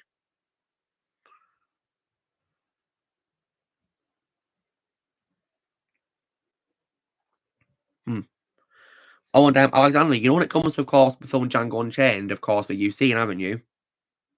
Yeah. I've got to ask you, did you by any chance like the scene, of course, where Jamie Foxx has a scene with Franco Nero, the Italian actor? I kind of don't remember it, to be honest. It's where like a cowboy sits him in a bar and asks him, "How do you spell your name?" Oh, right. Because were you aware that Franco Nero played a character called Django as well in a 1966 Western movie? No, I did not know that. No. It's a reference to that because Django says to him that the D is silent, and then Franco's character then says, "I know." So yeah, it's kind of like a passing the torch moment, really. Okay. See.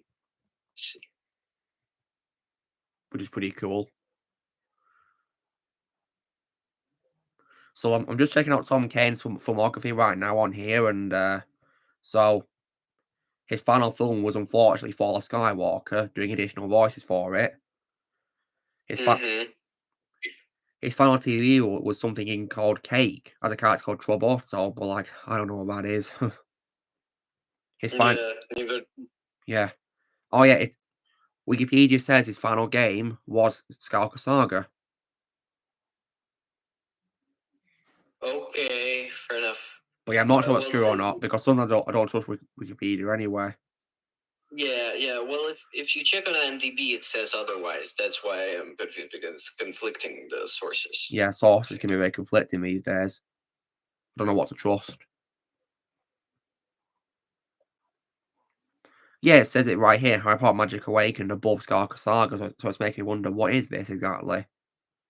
Yeah, and not to mention there are apparently upcoming projects that are yet to be released, meaning that technically there will still be stuff released with his voice later on. So clearly, Skywalker Saga probably isn't the last project that features his voice in it. I guess we'll have to wait and see, won't we? We will, yeah, absolutely, we will. So, I'm sure that we'll hopefully find out pretty soon, really. I mean, maybe even his daughter will confirm as well that, you know, he's in a project, because she seems really excited to share his projects around, which is very nice of her to do. So, I'm sure she'll probably do the same for his next projects. If, of course, legit, of course, he's actually in them. Yeah. Yeah. So, Alexander, so have you been able to watch anything at all since we last streamed, like any other films by any chance?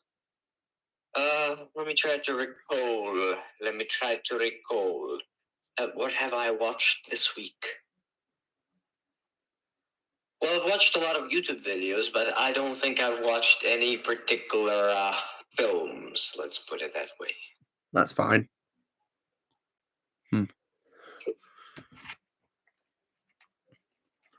I did also rewatch Aquaman this week as well, and yeah, something is a good movie, Aquaman.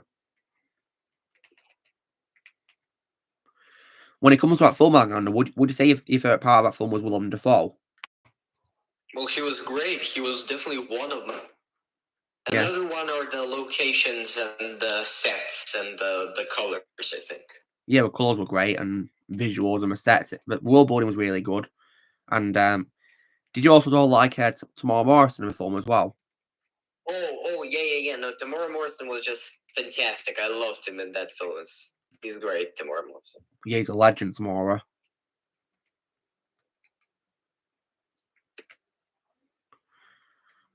And when it comes to other movies that I've seen, I finally managed to see Night of the Living Dead this week. That's cool. And Pearl, which was a movie that Dawn has recommended. That's cool. And I saw Let Me In. It's a great film from Matt Reeves. That's cool. And tomorrow, if I have time to, I'll also be rewatching Die With Me Kid, the first movie as well, for its review. Because now that I've done my review for Aquaman, which will be going out next week, I'm now done with the DCEU reviews. Because if you guys are going to ask, I've already reviewed the first Shazam movie, and my thoughts on the film have not changed. So yeah, that's why the review's staying as it is. Have I seen Frighteners? No, not seen it. If you recommend it, I'll probably give it a watch, Maria. Yeah, I'll check it out as well someday. Nice one. I mean, I took your word on Triple R, and I absolutely love that film, so I'll definitely take your word on this one. Peter Jackson, oh wow. I love Sir Peter Jackson. He's also another example of a director I still trust today as well. And isn't it also all amazing how, like, his interview on Lord of the Rings, you know, had so much relevant information back in the early 2000s, which, of course, you know, like, is so relevant today when we of course criticizing Rings of Power. Oh yeah. Because on my interview, which he did, of course, he said, of course, that when making a film, they weren't going to put any of their messages in there, just Tolkien's alone, and that's it. Yeah. And that's cementing my absolute respect for Sir Peter Jackson. And of course, how he also was honest and said, of course, that Amazon ghosted him as well when it comes to making Rings of Water for show. They ghosted him, which was a stupid move. I think without his involvement, that show was dead on arrival because he got the Stories of Tolkien right to me. So I feel like by not having given him that show, it was dead. Totally dead. And of course, based on what I've heard, it's apparently one of the worst shows I've ever made. And I can watch for that because that's the worst show I've seen in my life now. Well, that's unfortunate. For me, it's unfortunate about Halo show.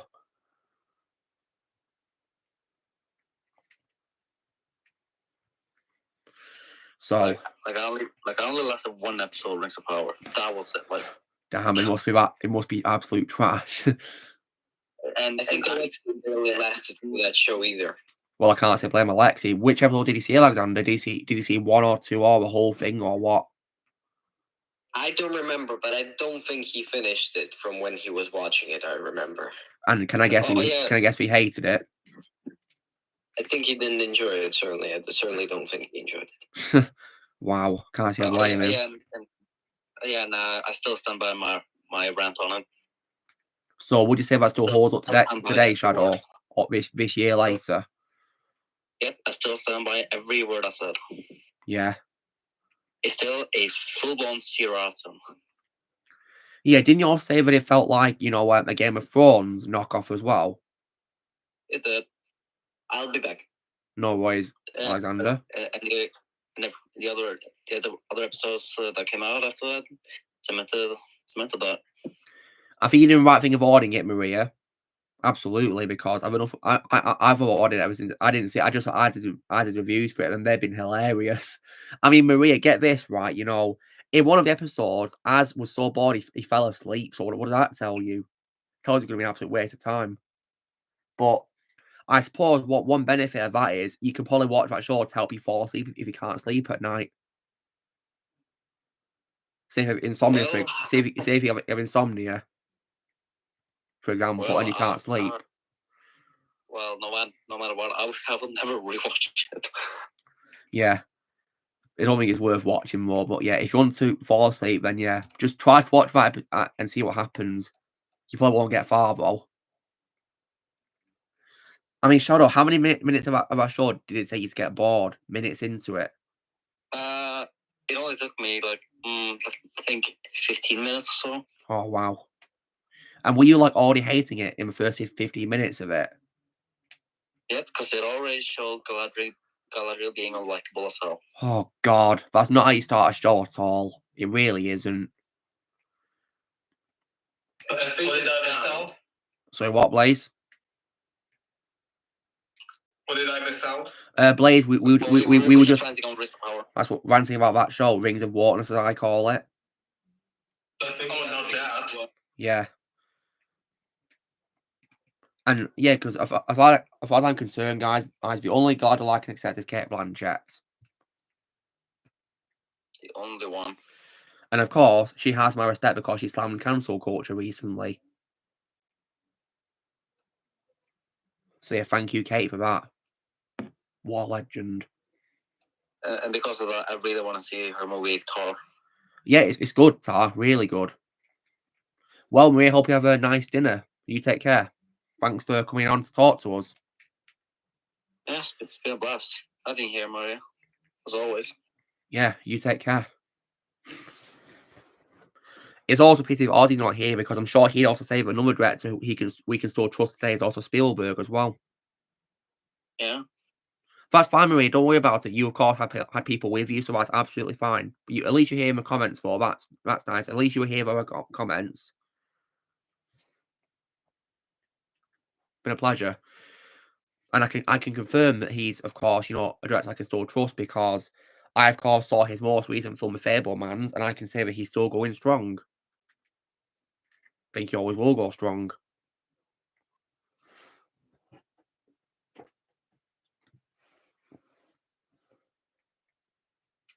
And another director I also trust as well is also Tim Burton as well.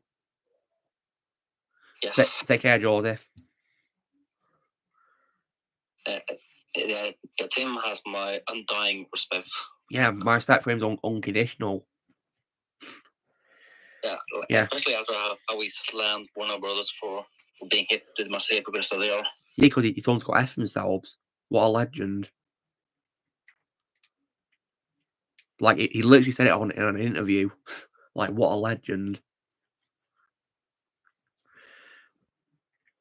And I think that you know, thanks to his Batman films, he helped DC become a much more popular, didn't he?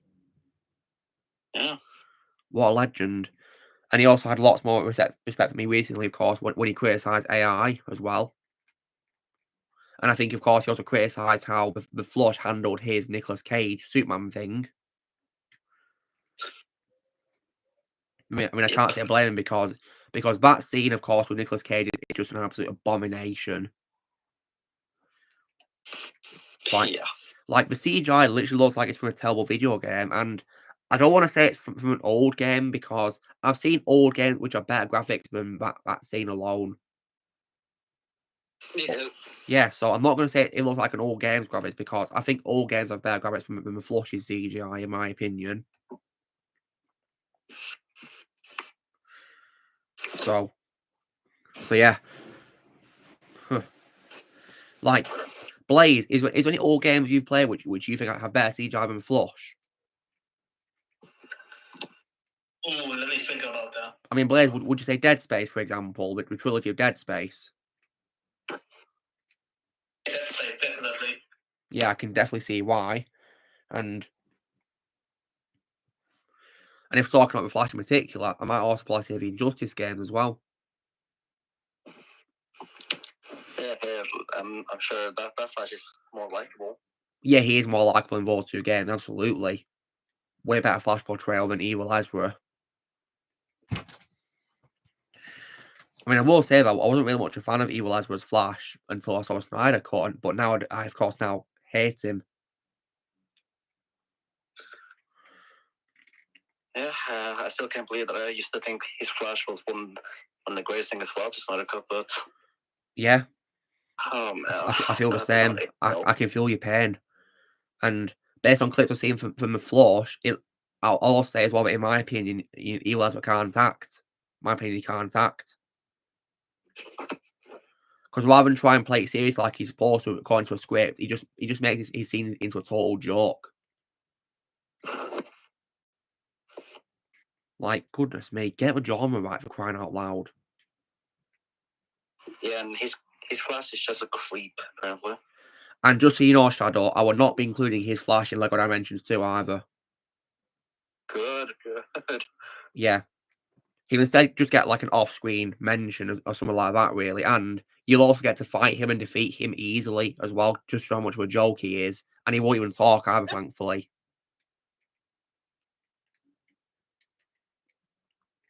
So yeah, that's what I'll do.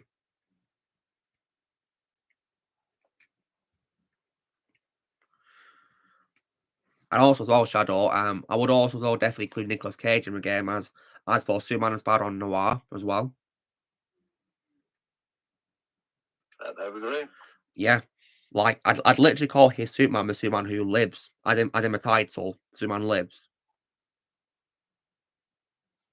And what I'd also do is, not only would I get Nicolas Cage back to reprise his role vocally as him, I would also consult Tim Burton on what to do for a story. I'd consult Tim Burton on what to do.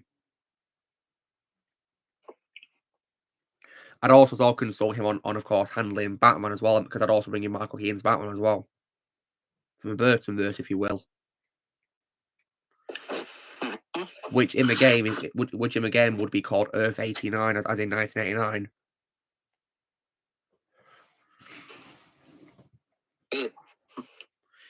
So that's what I'll do. And because I want to respect Jack Nicholson's choice to retire from acting, I would use archive audio of his Joker as well in that too, in that level from the Burtonverse.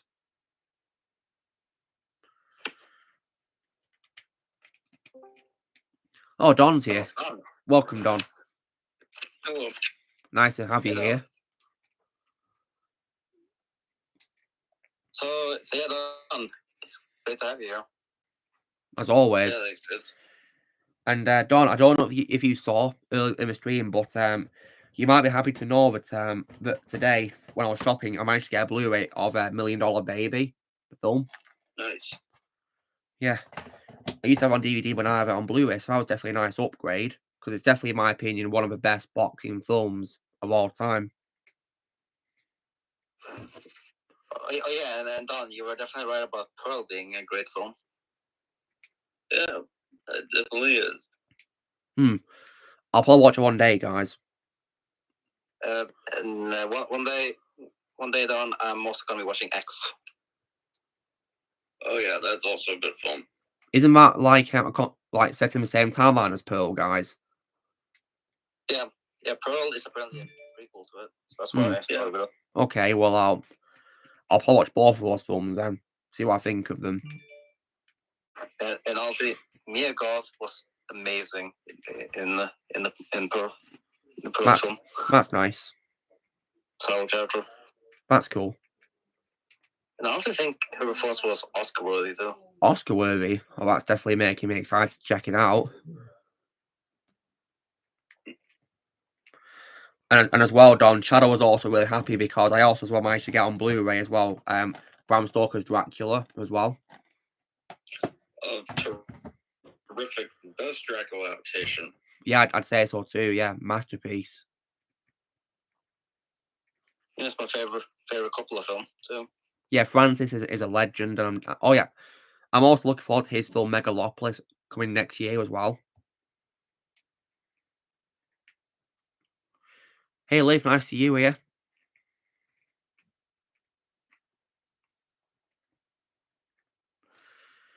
So yeah. Oh yeah, Dom, were you aware that Francis has Instagram? No, I wasn't. Yeah, well, he joined it earlier this year, and he's on there, and I follow him. Yeah, he posts pretty cool posts, you know, about his new film he's doing. And he's also done like, you know, those Q&As on Instagram stories as well, which is pretty cool. And you may be pleased to know, Dom, but one person actually asked him, will you ever do a Godfather 4? And he said that in his eyes, there's only two films, being the first one, which is split into two parts, Godfather Part 1 and 2, and then an epilogue, which is of course Part 3. Just that. No Part 4. Good. So yeah, because I know you'd hate it if it did a fourth one, wouldn't you? Yeah, I did. Yeah, I would hate it if it happened. Yeah, I don't see why we should, because I think 3 was a great way to end the story. And also, guys, if we actually did get a fourth one, it would automatically get a 0 out of 10 for me. Yeah, because there's no reason for it to exist whatsoever. And also, what would it even be about? Exactly. Nothing. Exactly, because I mean, what done in Part 3 was as good in my opinion as the first two films certainly were. I thought it was a decent way to wrap things up.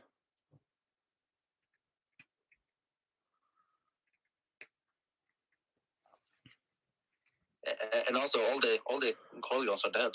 Exactly. So, and the franchise is about that family. So why do another film without them?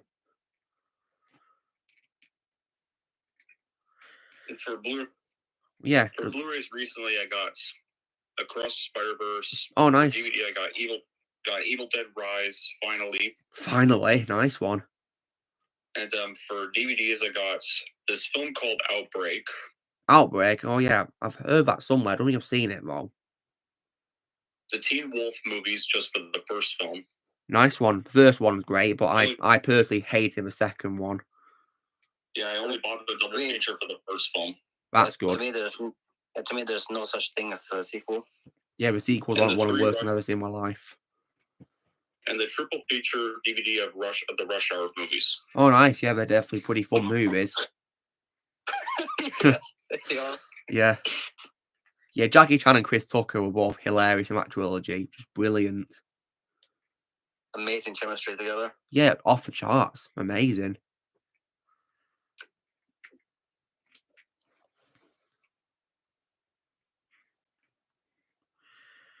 So, yeah, I mean, Don, have you seen Rush Hour films before? Will always be your first time seeing them? First time. Well, I'm sure you'll enjoy them. Hope you do. You'll love it.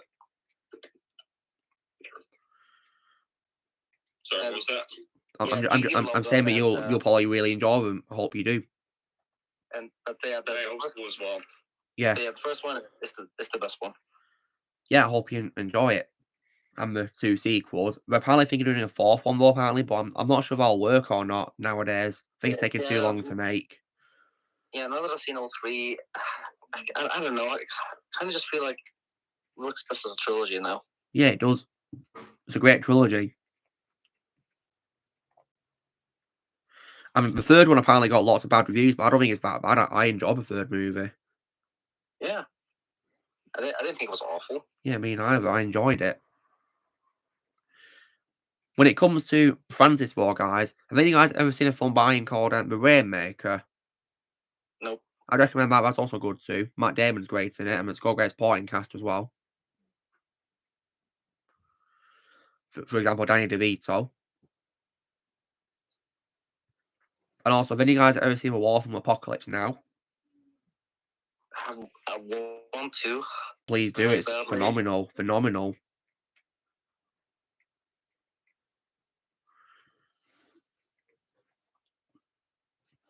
Yeah, definitely one of the best war films ever made, in my opinion. But obviously, to me, the greatest war film ever will always be Saving Private Ryan. Yeah, nothing can top that. Yeah. Yeah. Right now, I'm just kind of buying whatever I want now before I kind of stop by around November to do the Christmas shopping. Probably a wise move, Don.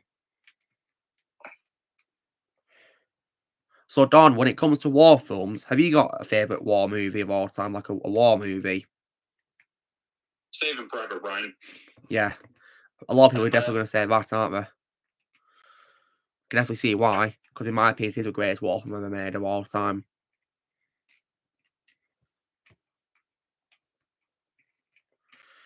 And so, and Don, is that film also your favourite film for 1998 as well?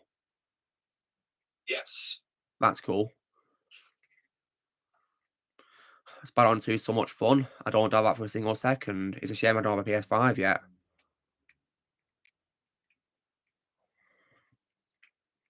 I'm hoping to get one for Christmas, but as you guys will know, my main target when it comes to console is a PS2. I've already got a PS3 already, so that's a nice start, and I want to get more and more older consoles because, as far as I'm concerned, old games tend to be better than new games these days when it comes to what I've seen. So, this week I might substitute my Scream 1 rewatch for Teen Wolf, since right now I'm kind of trying to take a break from Scream after the 6th one. Well, do. Yeah, do. how awful that one was. I mean, as you guys know, I refused to watch Scream 6. I didn't hear good things about it, and I personally think, you know, that franchise should have stopped, really. Like, just please stop already. Should have ended up. Scream's just everywhere. I just want to break from it for a while, so. I mean, I saw some people, you know, like, dressing up as Ghostface today at, like, a Halloween shop or something today, like, oh my god, when is craze going to end? Goodness me. Like, I love the first film, and Me too. And the second, and I think, and I don't mind the 4 or 5, but 3 and 6, yeah, those I don't like. I personally don't like 3, and yeah, 4 is also, in my opinion, one of those examples of like a quite late film to be good, in my opinion. To me, it's for true Scream 3. Yep. The problem is the problem with Scream 4 though, the ending is way too abrupt. Yeah, it is abrupt, yeah. And yeah, popular opinion, guys, but I despise Scream 5. I mean, I can see why you do, because the things about it I don't like, and you know. Yeah, there's some things I can agree with people on, like Dewey, for example. Oh my god, that's one of my Dewey. I hated that. Like when I made that video about Scream 5, my version of Dewey would have been like just living retired in a farmhouse and still having accomplished stuff despite still getting divorced. Yeah. That would have been better. And I also feel like in Scream 5 they made Gale into a jerk as well. I mean, I didn't like how she and Dewey separated. That really annoyed me. Well, they make her worse in 6. Oh god. Yeah, they do. Why would you do that to her? Isn't she also the only character from the first 5 films who's back in the 6th movie and all? Yep, and they also make out that she dies, but according to Ozzy, apparently she survived. Even though they didn't exactly show any sign of her living. So we didn't like confirm what her fate was. Oh my god. And we find that, and there's one, and I don't even get me started on the Candyman line. Oh god. And it's where they say that like both the original and prequel. Oh god. Hey Jay, what's up? Nice to see you. I hope you're doing well, bro. Hey Jay. It's been a while. Yeah, hope you're doing well, bro. And as you can probably see, Jay, you know, welcome to the new world of mine. It's a bit of a mess right now, but yeah, it's a work in progress. So yeah, when it comes to Scream 6, yeah, I do consider that one the worst Scream movie now. Worse than Scream 3, goodness me, no thought I'd see a day of that's worse than Scream 3. Because honestly, Scream 6 is basically Ghostface takes Manhattan. Yeah, I don't know that for a single second. I mean, the trailers were embarrassing, so yeah. Except it's actually set in Manhattan and not on a boat. At least actually it takes place in Manhattan this time, and not on a boat going to Vancouver, of course. But it is miserably boring. Well, I can imagine. But yeah, don't worry, guys. I refuse to watch it. I was done with Scream a while ago anyway. And honestly, when it comes to good qualities, though, Jenna Ortega is the only saving grace.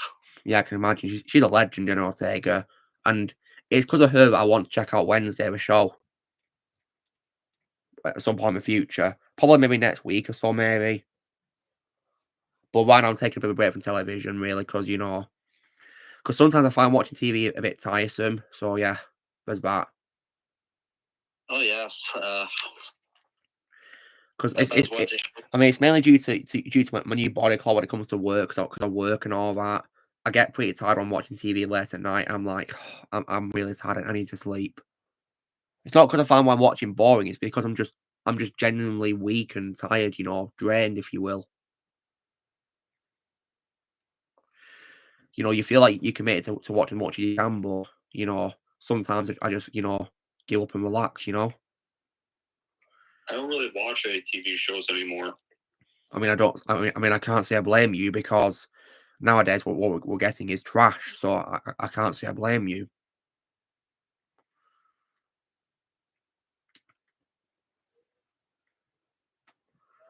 I already said at the start earlier stream that I saw Avatar already. I said it's one of the greatest shows ever made.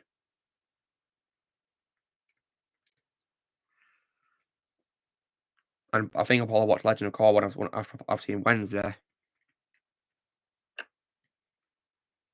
I'll be checking out Wednesday once I've seen everything else from Addams Family. Well, you hear now, quick binge or binger. I don't know how you say that. Forgive me for botched it up. And I'm not seeing Oppenheimer either yet. I'll probably watch it when it comes to video on demand. Favorite character? Aang, no question. My favorite villain voice by Lord Ozai. And hands down, my second favorite voice will be Mark Hamill of all time behind the Joker. Like his performance in the finale, especially, was phenomenal. I must say, from Mark Hamill. Yeah. Mark Hamill's an actor who has my unconditional love and respect to as well. Well, Jay, I've got great news for you because this week I'll be posting my reaction to your production reel. One where you're my thumbnail as Nathan Drake. That one. I'm going to post a reaction to that this week. Nice. And I've got a question for Jay. Well, by all means, ask him. He's here. What's probably all your favorite films you've seen so far of this year? Yeah, Jay can answer in his own time. So yeah.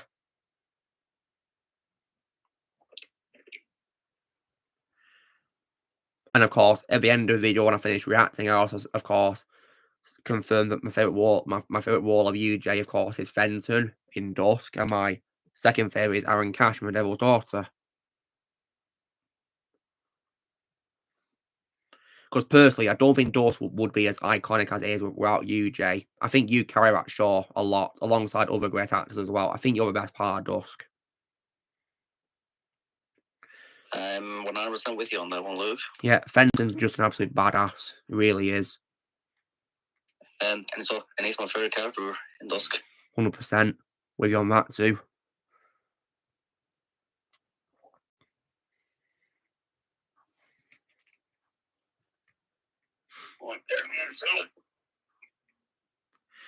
If any of you guys have not seen Dusk yet, please do. 3 seasons of it on YouTube. Just go for it. You don't want to miss it.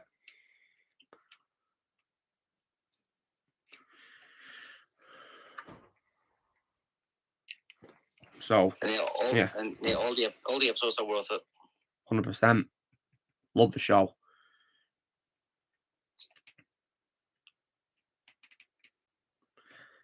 If anyone's going to ask me, of course, what my thoughts are, of course, on the next part of Dusk, all I can say is, I'm going to let the crew take their time making it because I'm sure it'll turn out amazing. I trust them. I'm sure the wait will be 100% worth it. So it's you, is it, Dragon? Okay, yeah, I thought your name sounded familiar. Yeah, Dragon. Okay. I don't know what to call you for. Like, whether your name you go by, you tell me and I'll call you that.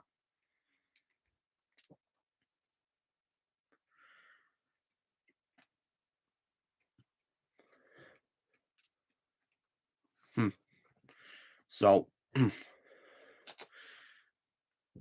yeah, also as well, guys, in terms of TV show territory, after I finished Avatar, I also checked out the show The Continental, which is a prequel to the John Wick films, and I thought it was absolutely awesome, in my opinion. Oh yeah, I actually did see that on TV. Yes, and Shadow, I can see why your dad loved it as well. Yeah, he has recommended the show to me a lot now. Yes, and also as well, guys, I can also say as well that I personally think the actors who played Winston and Sharon were, in my opinion, perfectly cast as their younger selves, perfectly, in my opinion.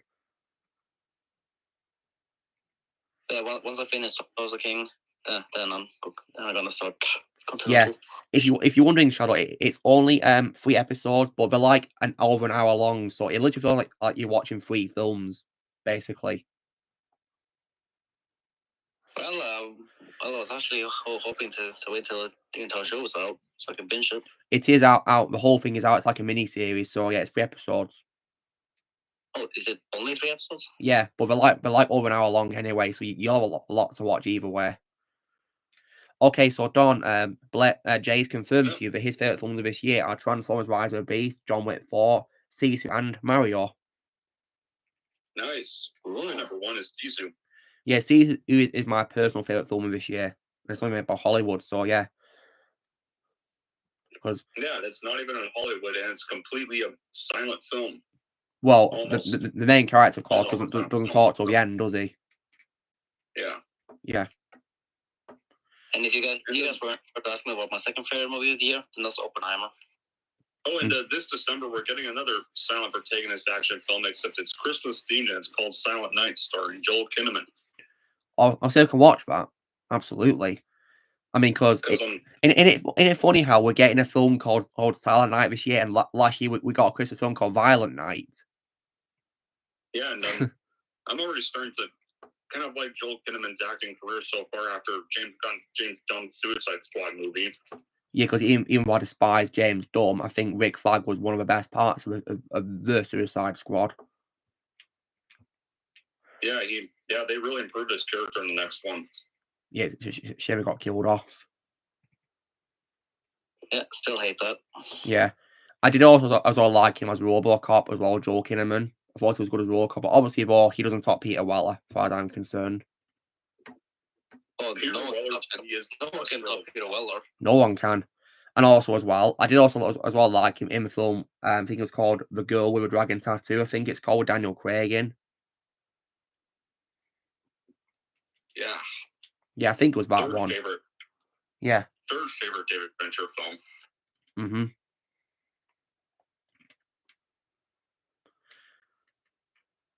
Yeah. Inception's a masterpiece. Yeah, I can see why it's your favourite film by Christopher Nolan, Jay. That's fine, Daniel. John, whenever you want to. You're welcome to. Yeah, so stay tuned next week, Jay, because I will post my reaction to your reel. Let me check what day it is, actually, because, yeah, it's already scheduled as well, because I'm one step ahead when it comes to my schedule, of course. Where is it? Here it is. Empire Fan Productions' production reel reaction is coming on October 24th. And yeah, there's a thumbnail, so yeah.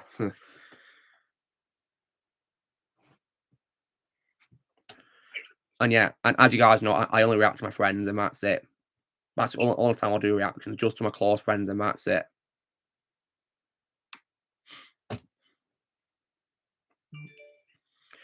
Yeah, that's your opinion, Dragon. I can see why. I mean, that is also my favourite Christopher Nolan film as well, The Dark Knight.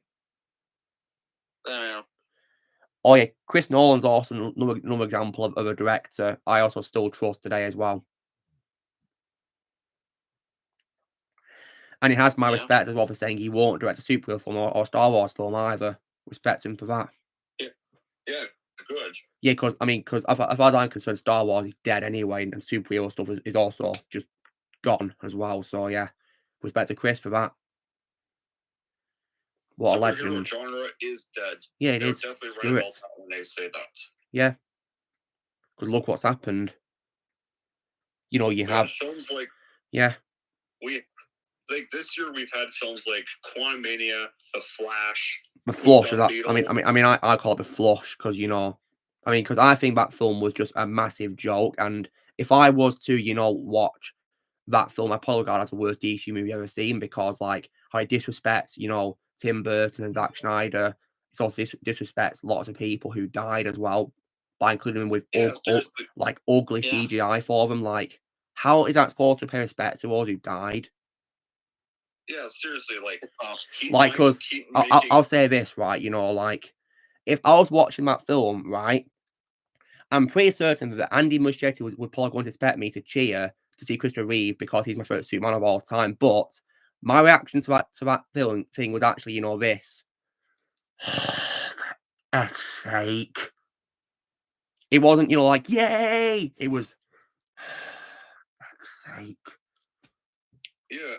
And we have Keaton Batman making the Flash. And he's bland. He's bland. Spaghetti and then getting killed off. Yeah, like, how is that?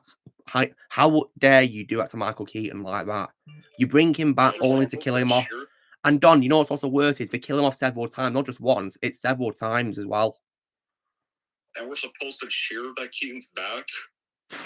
No, not this. Not this version. And wasn't he made unlikable in this? Well, I guess so. So yeah, Jake Wayne. Yeah, Jake Wayne, good one. And and also Don, you know what's also so dumb is the director of the film, Andy Muschietti, also said that apparently it's good, but the CGI is bad as well. He says it's good because apparently we're seeing it from Flash's point of view, but like there's some shots in the film which don't even involve him. So like, are you having a laugh? Yeah, like the one good thing is that Christian Bale refused to be in the film. Yeah, respect to Christian for that. Take care, Jay. Thanks for popping on, man. Been a pleasure to see you on here. Hope you're doing well, man. Good luck with your film that you're doing, yeah? Yeah.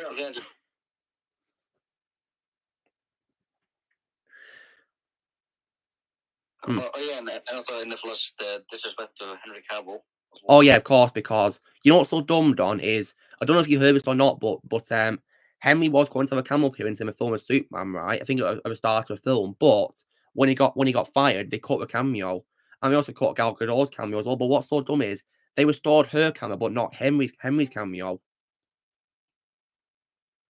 Fuck. Yeah, so that's just disrespectful. Yeah. Hey Daniel, nice to see you here. Hey guys, how's it going? Great, thank you. Yeah, nice to have you on. Yeah, I just was out in Pasadena at a airplane museum event that they had over there. So that's cool. It was fun getting types of aviation. Oh yeah, and you literally as well, of course, saw the plane from the film The Aviator, didn't you? Yeah, I did. That was cool to see a plane that was not only used by the real Howard Hughes, but also Leo DiCaprio. Yeah, just brilliant. Pretty cool. You're the only one who's seen The Aviator, right, Luke? Yeah, I've seen The Aviator, yeah. Great film. As to be expected from Martin Scorsese. Yeah, I think The Aviator is really good. However, Don, I don't think you've seen The Aviator, have you? No. I won't spoil it then for you. Right. Take care, Quick Binger. Hope or Dragon, whether you want to go by. Good luck with your channel. Good luck. Hope all goes well.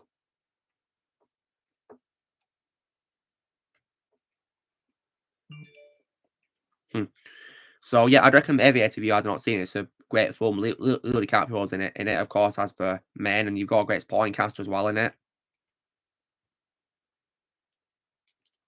Oh, by the way, for those of you who are big fans of Sean Chandler, his Martin Scorsese ranking should be dropping shortly. How exciting! Nice. Right, I'll definitely keep it on that one. What I'm curious to know is what is his favourite film by Scorsese. That's going to be definitely exciting to see. Yeah, but next Friday, my Terrifier 2 live stream is going to happen. That's cool. Yeah, I saw that. And so, Don, when it comes to your Terrifier 2 review, I assume you're going to get a little squeamish when it comes to, that scene in the bed. Well, boy. Well. Because that scene was Donnie, are you used to blood and gore, Don? Yeah, I'm used to a lot of blood and gore. You'll probably be fine, man, I guess. And for that live stream, I'm actually going to be eating a meal while I watch the film. That's cool. So you'll have something to eat. What it's like a cinema, really, isn't it? Yeah. Eating something while watching, yeah. Let's say like a cinematic experience. Yeah, while watching the gory stuff. Well, I bet if I wasn't used to gore stuff, I'd probably throw up while eating food. But you're used to it, so you'll probably be fine. When it comes to Five Nights at Freddy's coming out next weekend, I might save that theater trip for Halloween nights. That makes sense because it is going to be, it is from a horror franchise, and Halloween night, yeah, perfect timing, I guess. Yeah, well, and also it depends what the fans think of it, not the critics. Yeah, listen to the fans, not critics. Yeah, let's not listen to the shill critics. If Sean sees, I'll listen to Sean.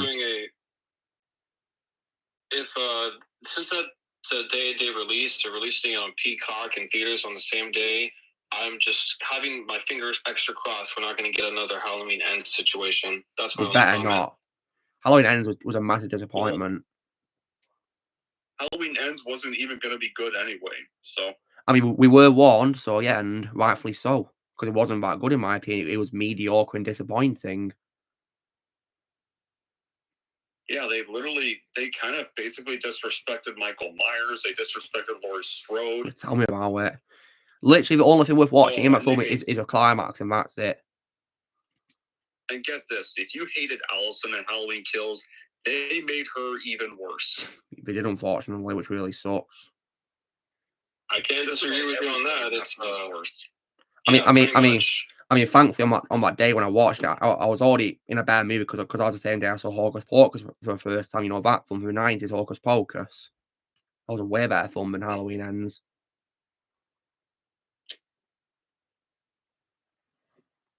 Cool. So my day wasn't entirely that bad, thankfully. Because usually when I watch films, I tend to, I'd love to watch a better one after a bad one, to cheer myself up or play a game,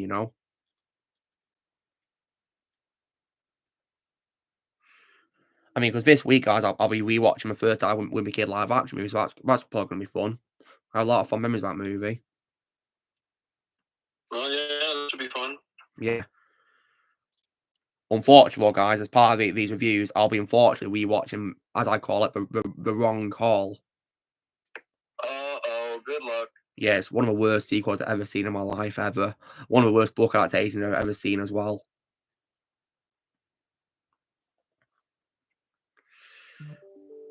So, yeah.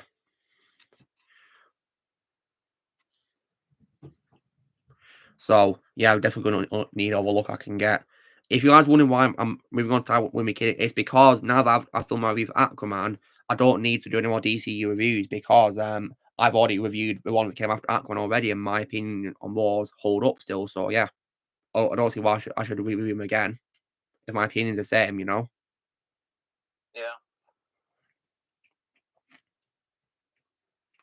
See, that's how it works, really. And oh yeah, Don, after you've done, of course, your horror reviews series, is there any like film franchises you plan to review soon, like any series of films you plan to review? Well, we are approaching the 20th anniversary of a certain finale installment of a fantasy series. So I think you know what that is. Is it Lord of the Rings? So that's going to be the next franchise review series around November. Nice one. So are you going to review Batman the Hobbit trilogy or just Lord of the Rings? Yes, I'm doing those. Oh, that's cool. Those. Nice one. Looking forward. I have the extended editions of the Hobbit's trilogy, so good. That's the best version. Best version to watch. So I think those are gonna. So I think I won't have to go on any streaming service to find those. Yeah, you can of course see the true versions. The extended version to me is a true version because we answer lots of questions the physical versions had, which we've never answered. Yeah, and the thing is, when it comes to Return of the King as well, I also like to rewatch the extended version because the extended version of Return of the King actually shows why Saruman isn't in the third film. Yeah, exactly, because if you guys have seen the extended version, of course he appears, which he doesn't do in the theatrical version.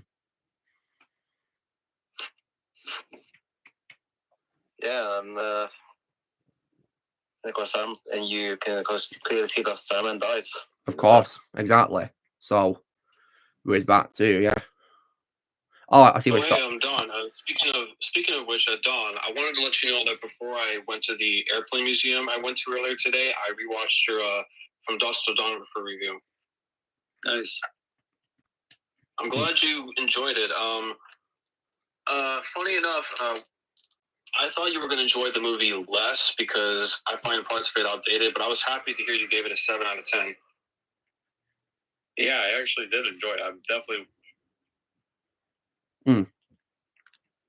I'll see if I can watch it one day. I need to ask you a very serious question, Don. I need to ask you a very serious question.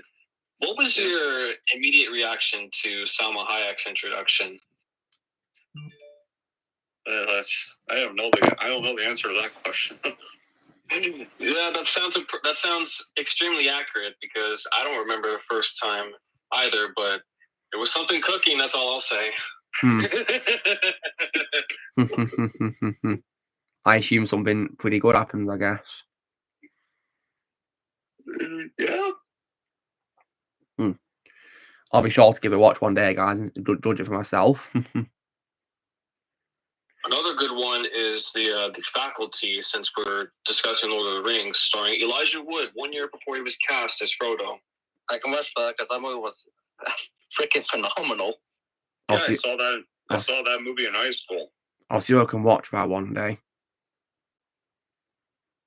And also the CGI for the aliens are far better than what we're getting now. That's good. And I see, speaking of films, that Sean dropped his Martin Scorsese ranking. That's awesome.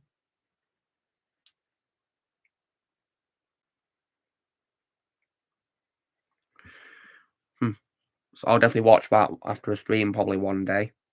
See what I think of it, yeah. I'm sure he'll provide a entertaining video as always.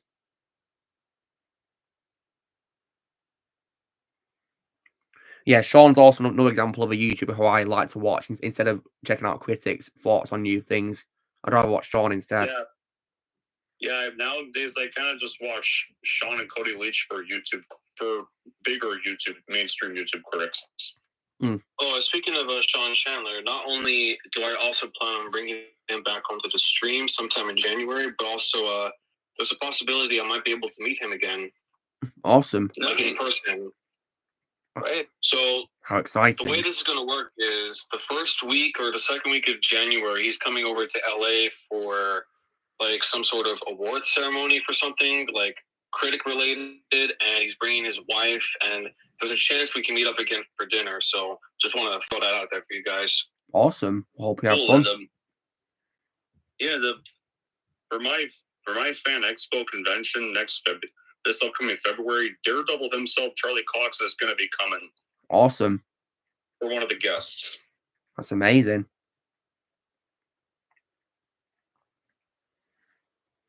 Did you guys see that photo of him dressed up as Bluey for one of those Comic-Con conventions?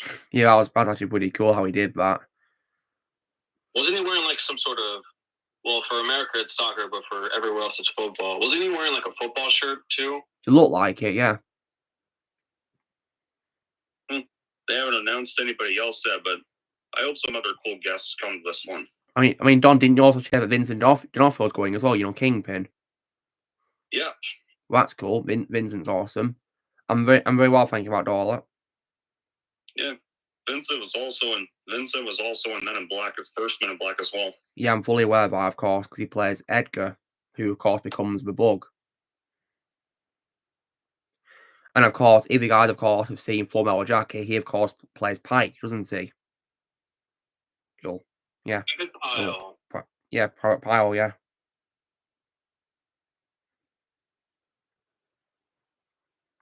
And of course, if you guys, of course, are fans of a familiar dinosaur franchise, he's in Jurassic World, of course, as the villain Vic Hoskins. Oh yeah, and he also played Thor in the 1987 classic Adventures in Babysitting. Did he? That's cool. But yeah, I do think he's, in my opinion, a very underrated actor who I think deserves more attention.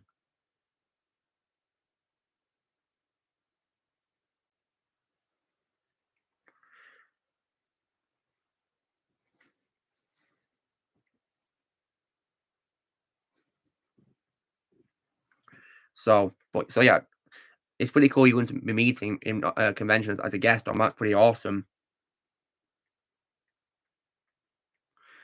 And Don, when it comes to the guests you've met at conventions, which one's been your favourite so far? My favorite ones have been Brian O'Halloran, Jeff Anderson, Peter Weller, Christopher Lloyd, which was years before I had started YouTube. And yeah, it's cool you met Christopher Lloyd. Ray Park, that's cool. Yeah, one time I met Ray Park, which was also before I had started YouTube. 2019, a month before Endgame, there was Palm Clementine. Oh yeah, Mantis. And didn't you also ask Brendan Fraser a question at one of his Q&As too as well? Yes. That's cool. Yeah, it's cool that, of course, he's doing these meetups, which is awesome. Yeah, Brendan's a legend. Oh yeah, and also I still have an autograph from William Shatner from the year I met Brian O'Halloran, which is on my wall. That's cool. Yeah. And the one that happened before the COVID stuff happened, I was able to meet Christina Ricci. It's the same one Fraser attended. Oh, that's cool. Yeah, Christina Ricci's awesome as well. Yeah, also earned my respect this year more. Yeah, she's awesome. My favorite role of hers so far is Wednesday.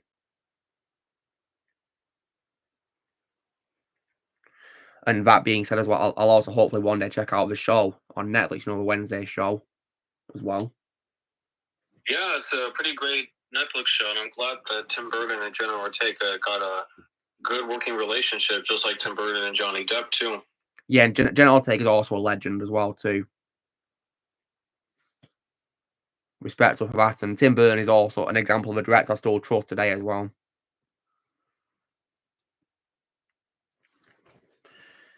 And another example of a TV show territory as well is also as well who I still trust is also as well the directors of Eternal List as well. I trust them as well. Oh yes. Because as you guys will know, that's my favourite Amazon Prime show of all time. One of them specifically is Anton Fuqua, and this guy's been directing movies ever since yeah, great director the he late is. 90s. So yeah, I trust him. Yeah, he's Equalizer 3 a couple months ago. He's a great director. I'll be sure to watch that film soon, hopefully by streaming. Now it's out on it, and I also as well trust the Duffer Brothers for Stranger Things as well. I trust them because after I love the 4th season, I'm sure they'll definitely deliver with his final season as well. Just give me that 5th season already, please. I want that final season so badly. Usually when I'm on my bus to work, guys, I listen to Run Up That Hill, by Kate Bush on my way there. It's just great to listen to when you're on a bus, watching the world go by. Speaking of buses, even though I have a driver's license and I usually just, drive to work and I drive to school, every now and again I'll take the bus or maybe even the Metro Transit just to, save gas money. But I still got a good paying job, so at least I'm able to afford gas, though. Nice one. And yeah, nowadays I just walk to work.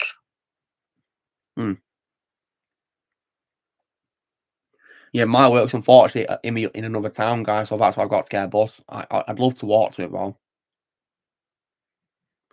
I mean, before I moved house, of course, it was in the same town as where I live, but now it isn't, so I've got to use a bus now.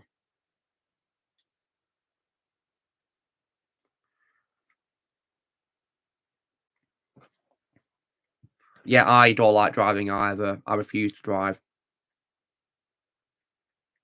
Driving is something that I consider to not only be a privilege, but also something that if you're not comfortable with, then you just shouldn't do it. Yeah, I'm not comfortable also. Yeah, I'm not doing it.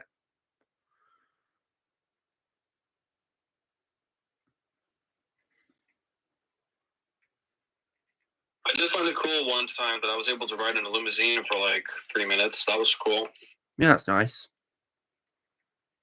And then I was able to sit in the seat of a Lamborghini one time, but that was, I don't know, either a month or 2 months before I turned 18.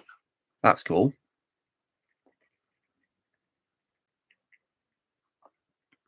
And I was, I'm currently in my Uber on the freeway, and I just saw a Porsche just drive by on the road. Porsches are nice. Yeah, they are. Another example of a TV show director I also trust as well, definitely, is also Vince Gilligan for Breaking Bad, of course. Absolutely. Because the Breaking Bad, shared universe of shows and the film is my favorite live action show of all time. And I also trust Vince more than ever. I'll always be eternal.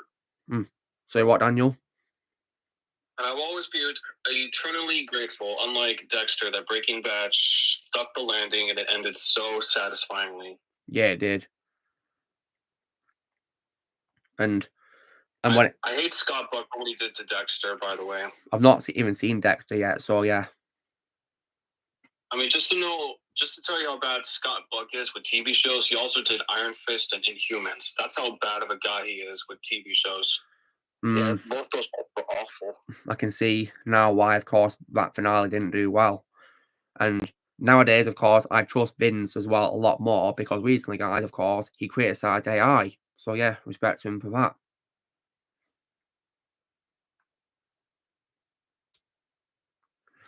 And of course, he does also have my respect as well for ending his shows and the movie El Camino well. Didn't go woke, thankfully. So yeah, my respect to him for that.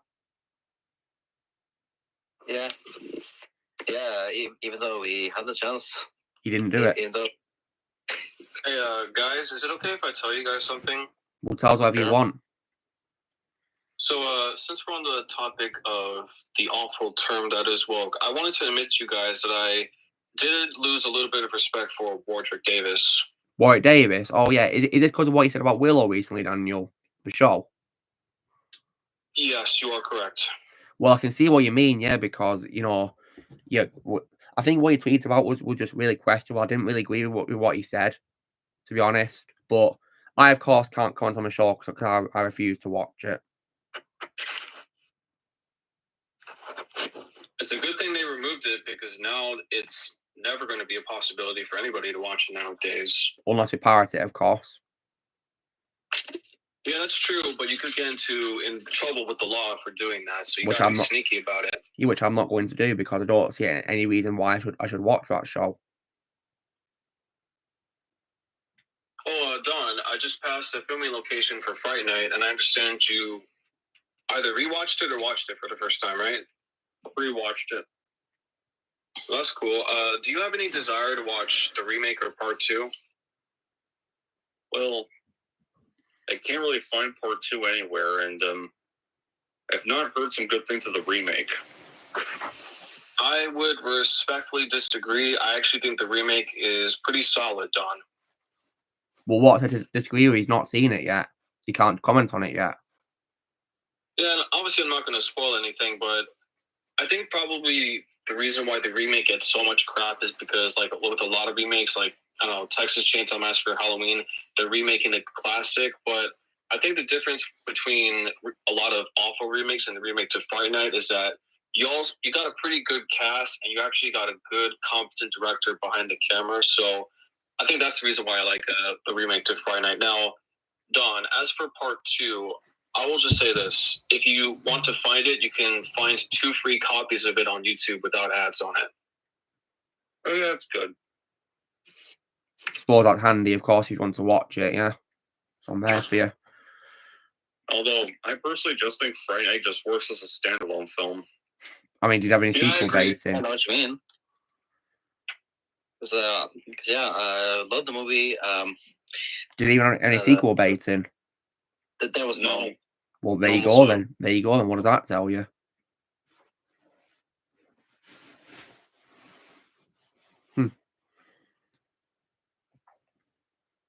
But I am open to one day watch the remake though. I'll probably just watch it for deceased actor Anton Yelchin. Yeah, rest in peace, Anton. Lost him way too soon as well, didn't we? Yeah. Yeah, I still remember the day I found out he passed away, which was just so heartbreaking. Yeah, it was. Very heartbreaking. If you guys haven't checked out A24's Green Room, I highly recommend it. Him and Patrick Stewart together are awesome. I'll see if I can watch it one day. I will definitely watch that for Patrick. Yeah, those who want to watch more of his films, there is one film that's his death is going to make very hard to watch. Yeah, I imagine it'll hit a lot harder because he's, of course, unfortunately, no longer with us in real life. Yeah. It's one that's based off a true murder story, and oh dear. And what movie is this? Alpha Dog. Oh, not seen that. I know Alpha Dog has Bruce Willis, Olivia Wilde, as well as Justin Timberlake, but I think I've only seen like the first 20 minutes of it. Oh, and Ben Foster, but I've never finished it, Don. Would you recommend it? Well, his performance is definitely the best thing of that film. I'll probably... He actually plays an actual victim of that film that actually was killed over something he had no involvement in. So. Oh dear. Oh man. He gives a pretty heartbreaking performance in that film, though. I'll probably watch that film mainly for him, and I guess also for Bruce Willis too, in support of him too.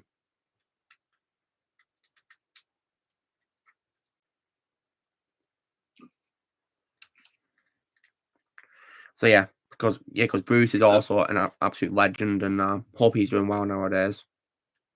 Yeah. No, I refuse to watch Ahsoka. I'm not interested.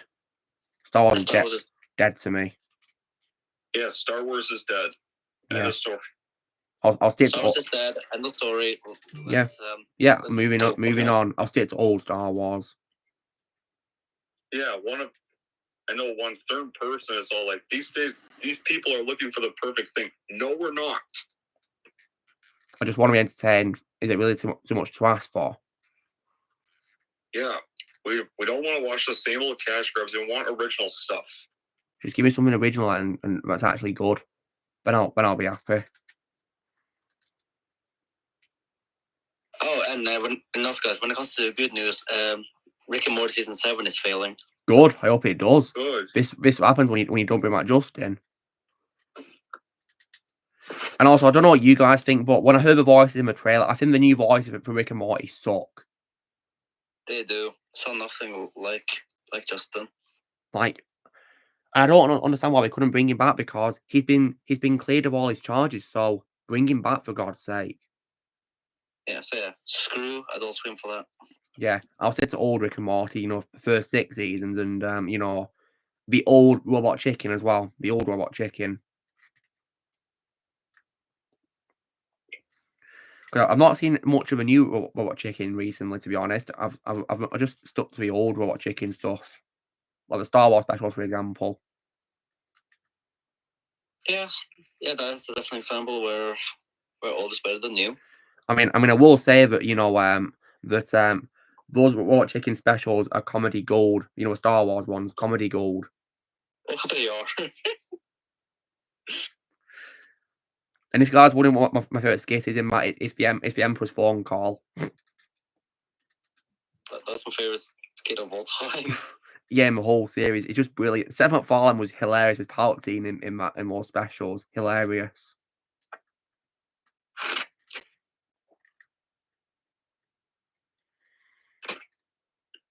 And so yeah, when it comes to Robot Chicken, I've seen the entire show.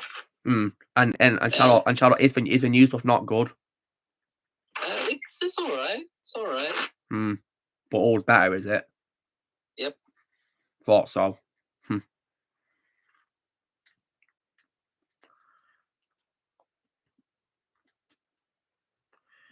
And so I'll probably stick to old Adult Swim stuff anyway. So yeah, because of how we treated Justin. So yeah, all I can say is, in response to them failing in their 7th season, is you get what you deserve. That's what I'll say. Yeah, they really setting up for something really great, but now it's ruined in the 7th season. Yeah, and I refuse to watch the 7th season. I won't be watching that show without Justin. Without him, that show's dead. And I'm not even a Rick and Morty fan to begin with, but I agree with you guys. Yeah.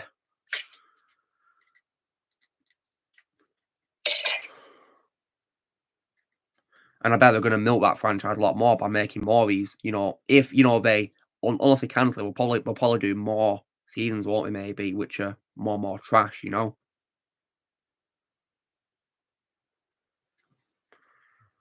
And it breaks my heart because I think Series 6 of Rick and Morty was a lot better than today's Simpsons or Family Guy, to be honest. Yeah. Look what happened. You know, they fired Justin.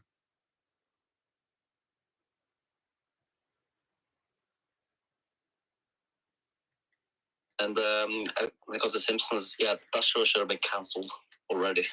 I think they should have ended it with a movie. Yeah, it's a perfect ending. Exactly. But no, they kept making more seasons and they kept milking it. And ruining all the characters. Yep. Just stupid. And of course how Simpsons has gone woke now. Yeah, tell me about it. It's literally just advertising Disney, isn't it, now? Yeah, and they're sending horrible messages to children and families. Yeah, they are. It's a joke now. Yeah, that's a good idea about all how you'd write Star Wars. Yeah, good.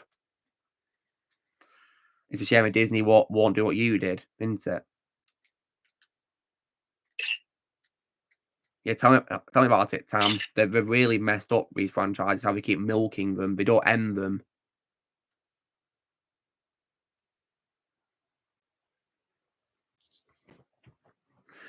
Like, why can't we just do, like, a good thing for once and, like, give it a good end and just end it there? Don't do any more. Yeah, just figure out something new. Yeah.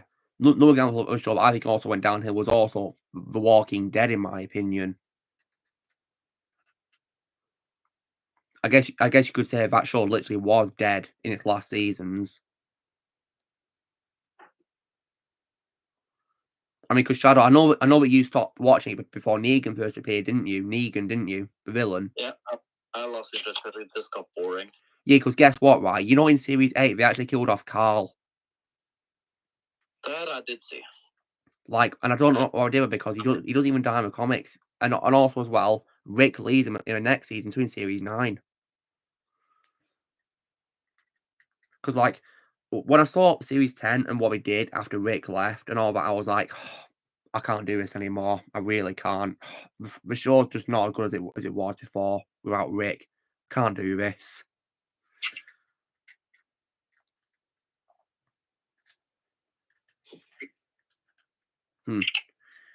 I might probably watch that spin-off show, but which has Rick and Michonne back, though. I might watch that, though, maybe.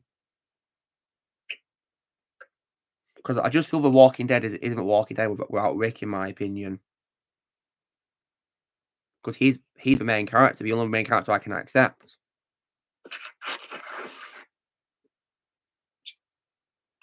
Yeah, I love making puns. You know, I'm somewhat of a pun master myself.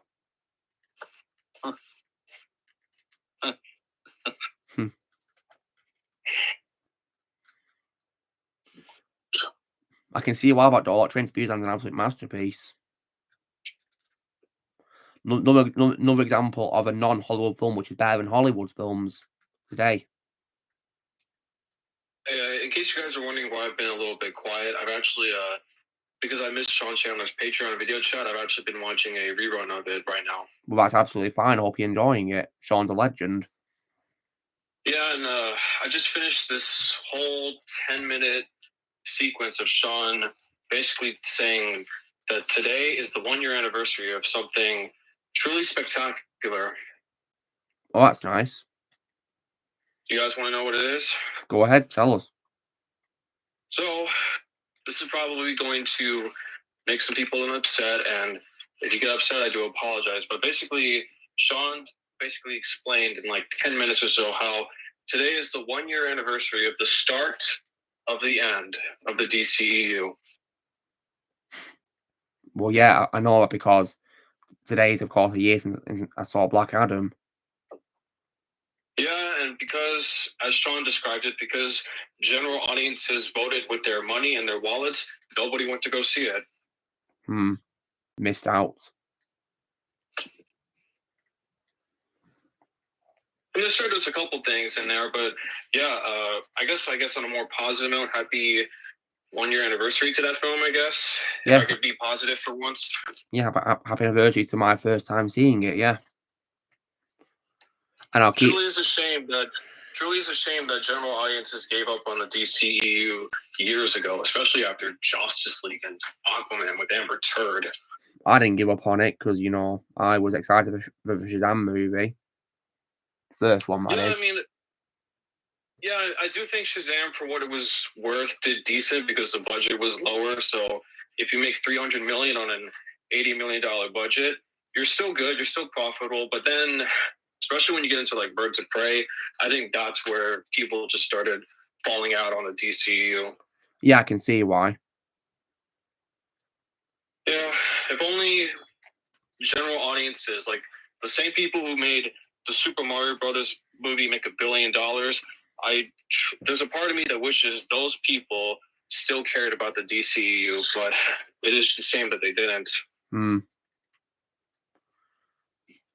Yeah, what a lot wasted potential right there. This is why, personally, guys, I prefer DC animation.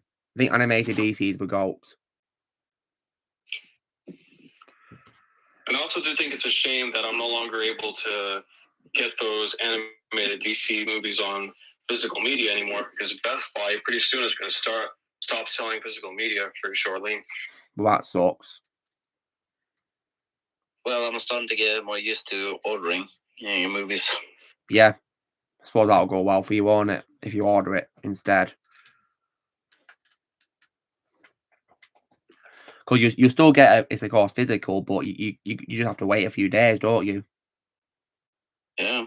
Or weeks, depending on, of course, how long it will take for it to get shipped to you, depending on where you get it from.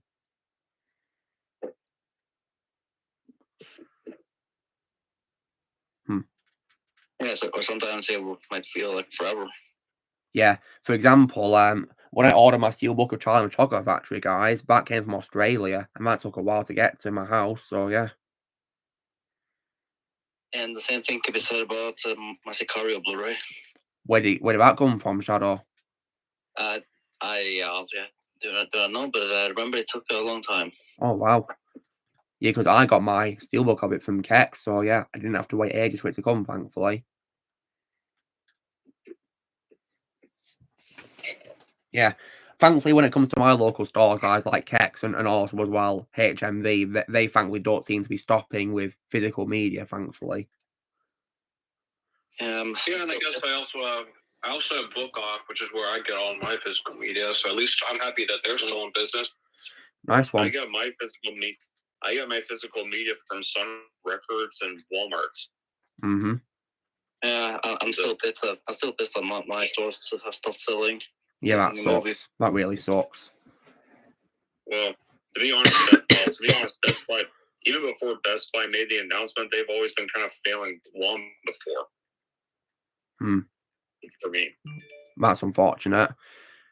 Well, screw the Marvels. The MCU is also a dead franchise too as well. So yeah, screw that movie. Hope it fails. Guess what deserves. No offense, Daniel, if he's still here. No, I'm still here. Yeah, no offense. Look, I get it. Look, I share some of that mentality with you guys. I do think the movie respectfully deserves to fail. I'm with you on that, but appreciate I'm still going to see it for your benefit. I'm still going to see it for you guys' benefit because of my experience with Brie Larson. You do what you want. What you want to do. It's entirely up to you. Yeah. You know, I think at this point, I think I also want to share that I just saw a billboard outside for the new Killers of the Flower Moon movie that's coming out. So eventually when it comes on Apple TV, that's when I'll watch it. Yeah. I don't know. I don't know if you guys have Apple TV, but thankfully I can just log into my parents' account and then just watch it because I've already spent my money on the creator. That's the only reason why I can't see it. I have Apple TV as well, but you know what? I need to create an account to use it.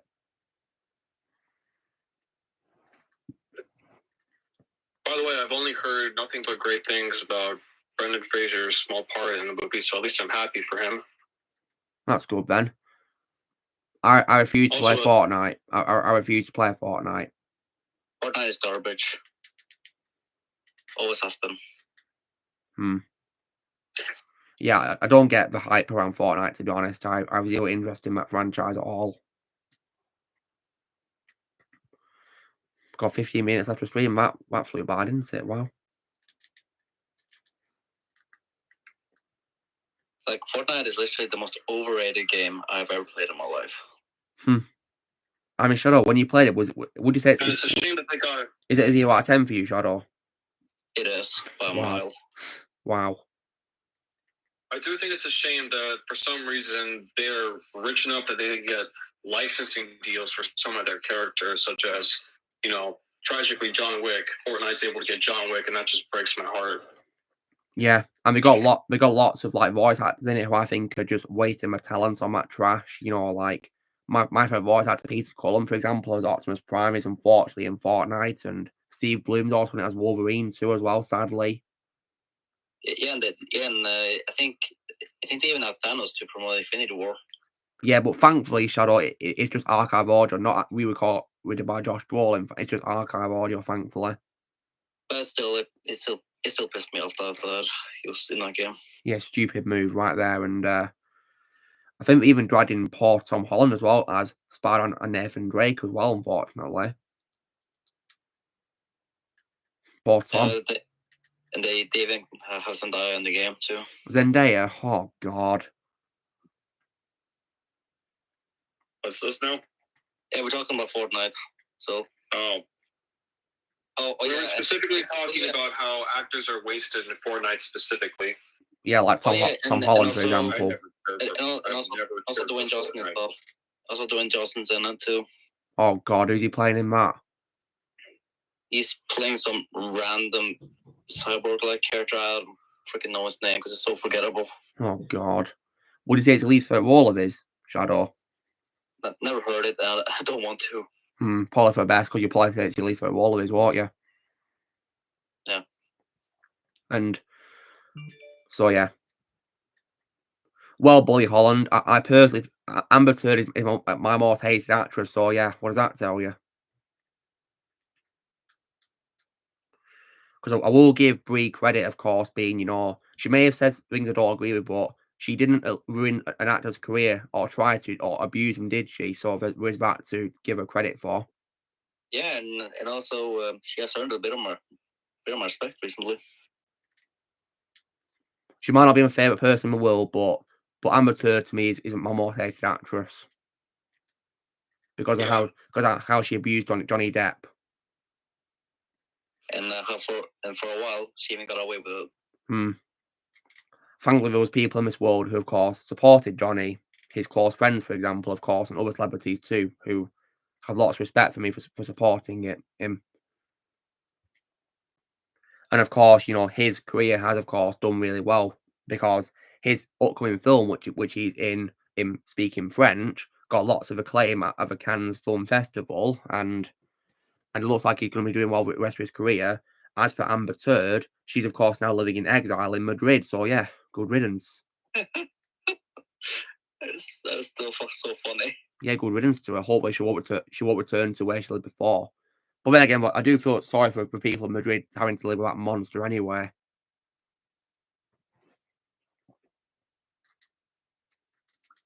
Yep. Yeah, sadly, she's Madrid's problem now. Yeah, I feel sorry for Madrid. It's also part of the reason why I just can't bring myself to ever rewatching a lot of her filmography, with the exception of Zombieland.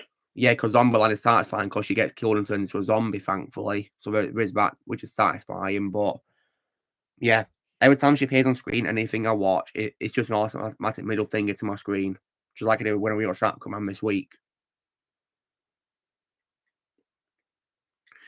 As you guys will know, when I rewatched Doctor Week, I fast forwarded that scene.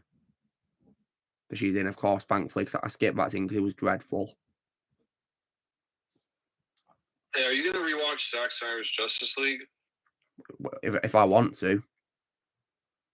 Will you also skip over her scenes as well for that?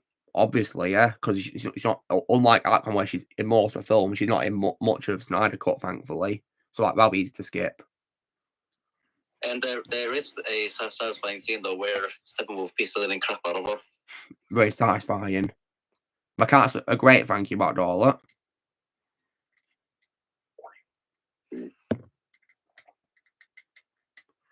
So, actually, I just got to this thing on Sean's call. He now has an official favorite role of Daniel Day-Lewis. Oh, yeah, what is it? It would have to be in Gangs in New York, as well as Steven Spielberg's Lincoln. Well, Lincoln's my favourite role of Daniel Day-Lewis so far. If you haven't seen Gangs in New York, I have seen it. I have. Especially, I have. It's my second favourite role of his. that's cool. Even got, aside from Daniel Day-Lewis and Leo DiCaprio and Cameron Diaz, you also got Wreck-It Ralph himself, John C. Reilly. I know. I've seen the film. Well, yeah, I know. I'm talking about, like, in general for those who haven't seen it on the stream. Don't worry, I know you've seen it, and I'm glad for you. Good. And also, guys, I've started to film you have Liam Neeson as well. One of two collaborations with Martin Scorsese, if I remember correctly. Yes, because in 2016 he collaborated with him a second time on the film Silence, the religious movie, in which, of course, he plays a supporting role in that. Whereas the two main characters are played by Andrew Garfield and Adam Driver. I'd recommend Silence. It's a great film. Take care about all that.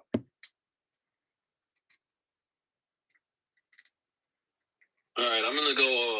My Uber's about to go under a tunnel, so I'm just going to leave for like 2 minutes so that I can get service back, okay? No worries. All right.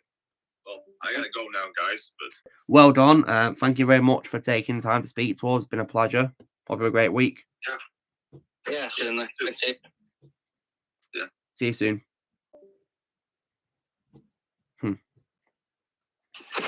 But yeah, this stream's been a blast so far, thankfully. No problems, thankfully, too, which has been great.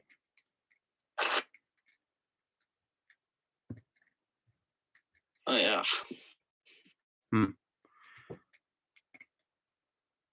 Yeah, thank God no assholes. Yeah, thank God for that. If anyone tries to mess with me, they get instantly blocked. Because, yeah, they know the rules and they break them, don't they? So that's why they get punished for it.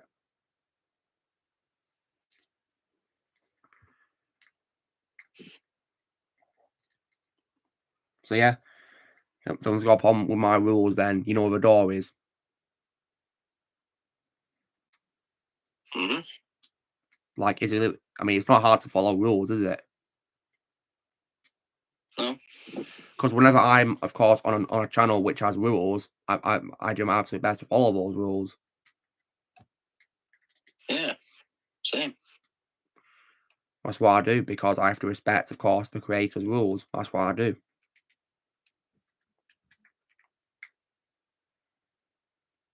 So yeah, we only got 6 minutes left on the stream, so that's cool. Yeah, time flies, doesn't it?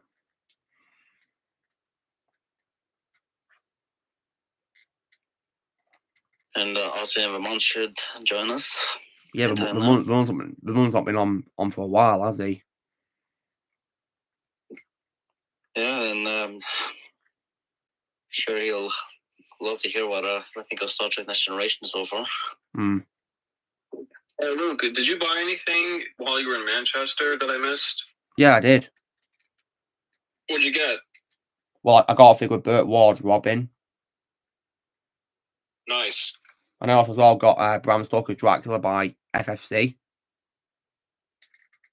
Oh, that's pretty cool. Yeah. And also Lilo on Stage with Disney movie as well. And also $1 Million Baby on Blu-ray. Alright, that's pretty cool. Yeah. And apparently that game, which is based on X-Men Origins Wolverine, is apparently better than the film. So I got that game as well for PS3 as well.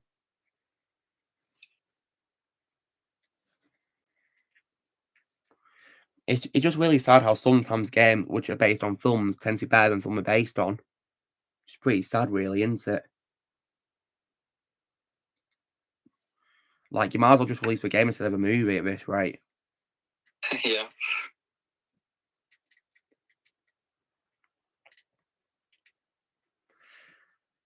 Because, like, it's just really sad. And when a game is better than the movie, then you know that the director has completely effed up. Yep, screwed up completely. It's just embarrassing. Mm-hmm.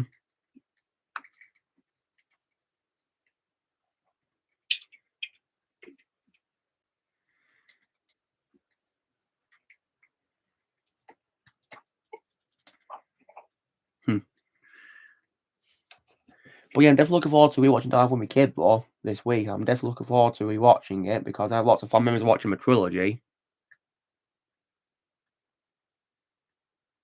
And I, of course, also, I even saw Dog Days at the cinema too, so that was definitely a lot of fun. The third one. Man, I really need to see those movies. Yeah, they're pretty fun. But Shadow, I know you watched. I know you watched Let Me In for the first time, or whether it was a rewatch or not. The main vampire from Let Me In was in the first Diary of a Wimpy Kid. You mean Chloe Grace? Yes, she was in Diary of a Wimpy Kid. The first one, yeah. Year, actually. Yeah, Let Me In and the first Diary of a Wimpy Kid came out the same year, so that's cool, I guess. Mm. Yeah, and Daniel, I actually consider Chloe Grace's role in this to be mistaken for a role was behind Hiko. Well, that's cool. Did you buy into the chemistry of the two kids, by the way? I actually did. Yeah, I do prefer Cody in Dawn of the Planet of the Apes, though, but I thought he was pretty good and very lucky for a kid to work with Matt Reeves, right? Yeah. I'll be sure to check out these films one day, guys. See what I think of them. But yeah, I think Hit Girl will always be my favorite role of Chloe because, you know, Hit Girl is just absolute badass. Yeah. Another example I'll also say of a well-developed female superhero too in the first film. Oh yeah, and Daniel, when it comes to the bullies in Let Me In, I found it very satisfying when Chloe's character ripped them apart. Yeah, it's probably another great example of, I don't know, less is more, I want to say, because they don't really show that much of the killings. So they just, you know, focus in on the kid. So yeah, that's a good example of it, right? Yeah, I found it very satisfying, especially how they were literally going to kill Cody's character. Oh no, Luke, since I know you watched Get Out, Richard Jenkins is also in Let Me In. Oh, is he? That's cool. Yeah, I definitely love Get Out. That was a phenomenal movie. That was one movie I was hoping I could see this month. But of course, unfortunately, your projector's broken, isn't it, Shadow? So that really sucked, doesn't it? Yeah. Well, I hope you can get get this problem solved as soon as possible. Well, there are talks that I might get a TV in my room. Yeah, it's probably for the best. Probably bonus. Probably need that then, won't you?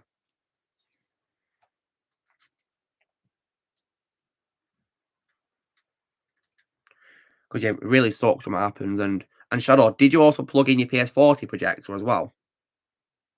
I don't need to. I mean, because did you play it on something else, your PS4? Don't necessarily know how I'm supposed to answer that. I mean, do you use a TV or something, or like a monitor? Well, you use a projector screen, so I guess the projector, yeah. Well, what's that? You can't play games then, can you, until you get something fixed? Or new TV, that is. Yeah. Yeah, that really sucks.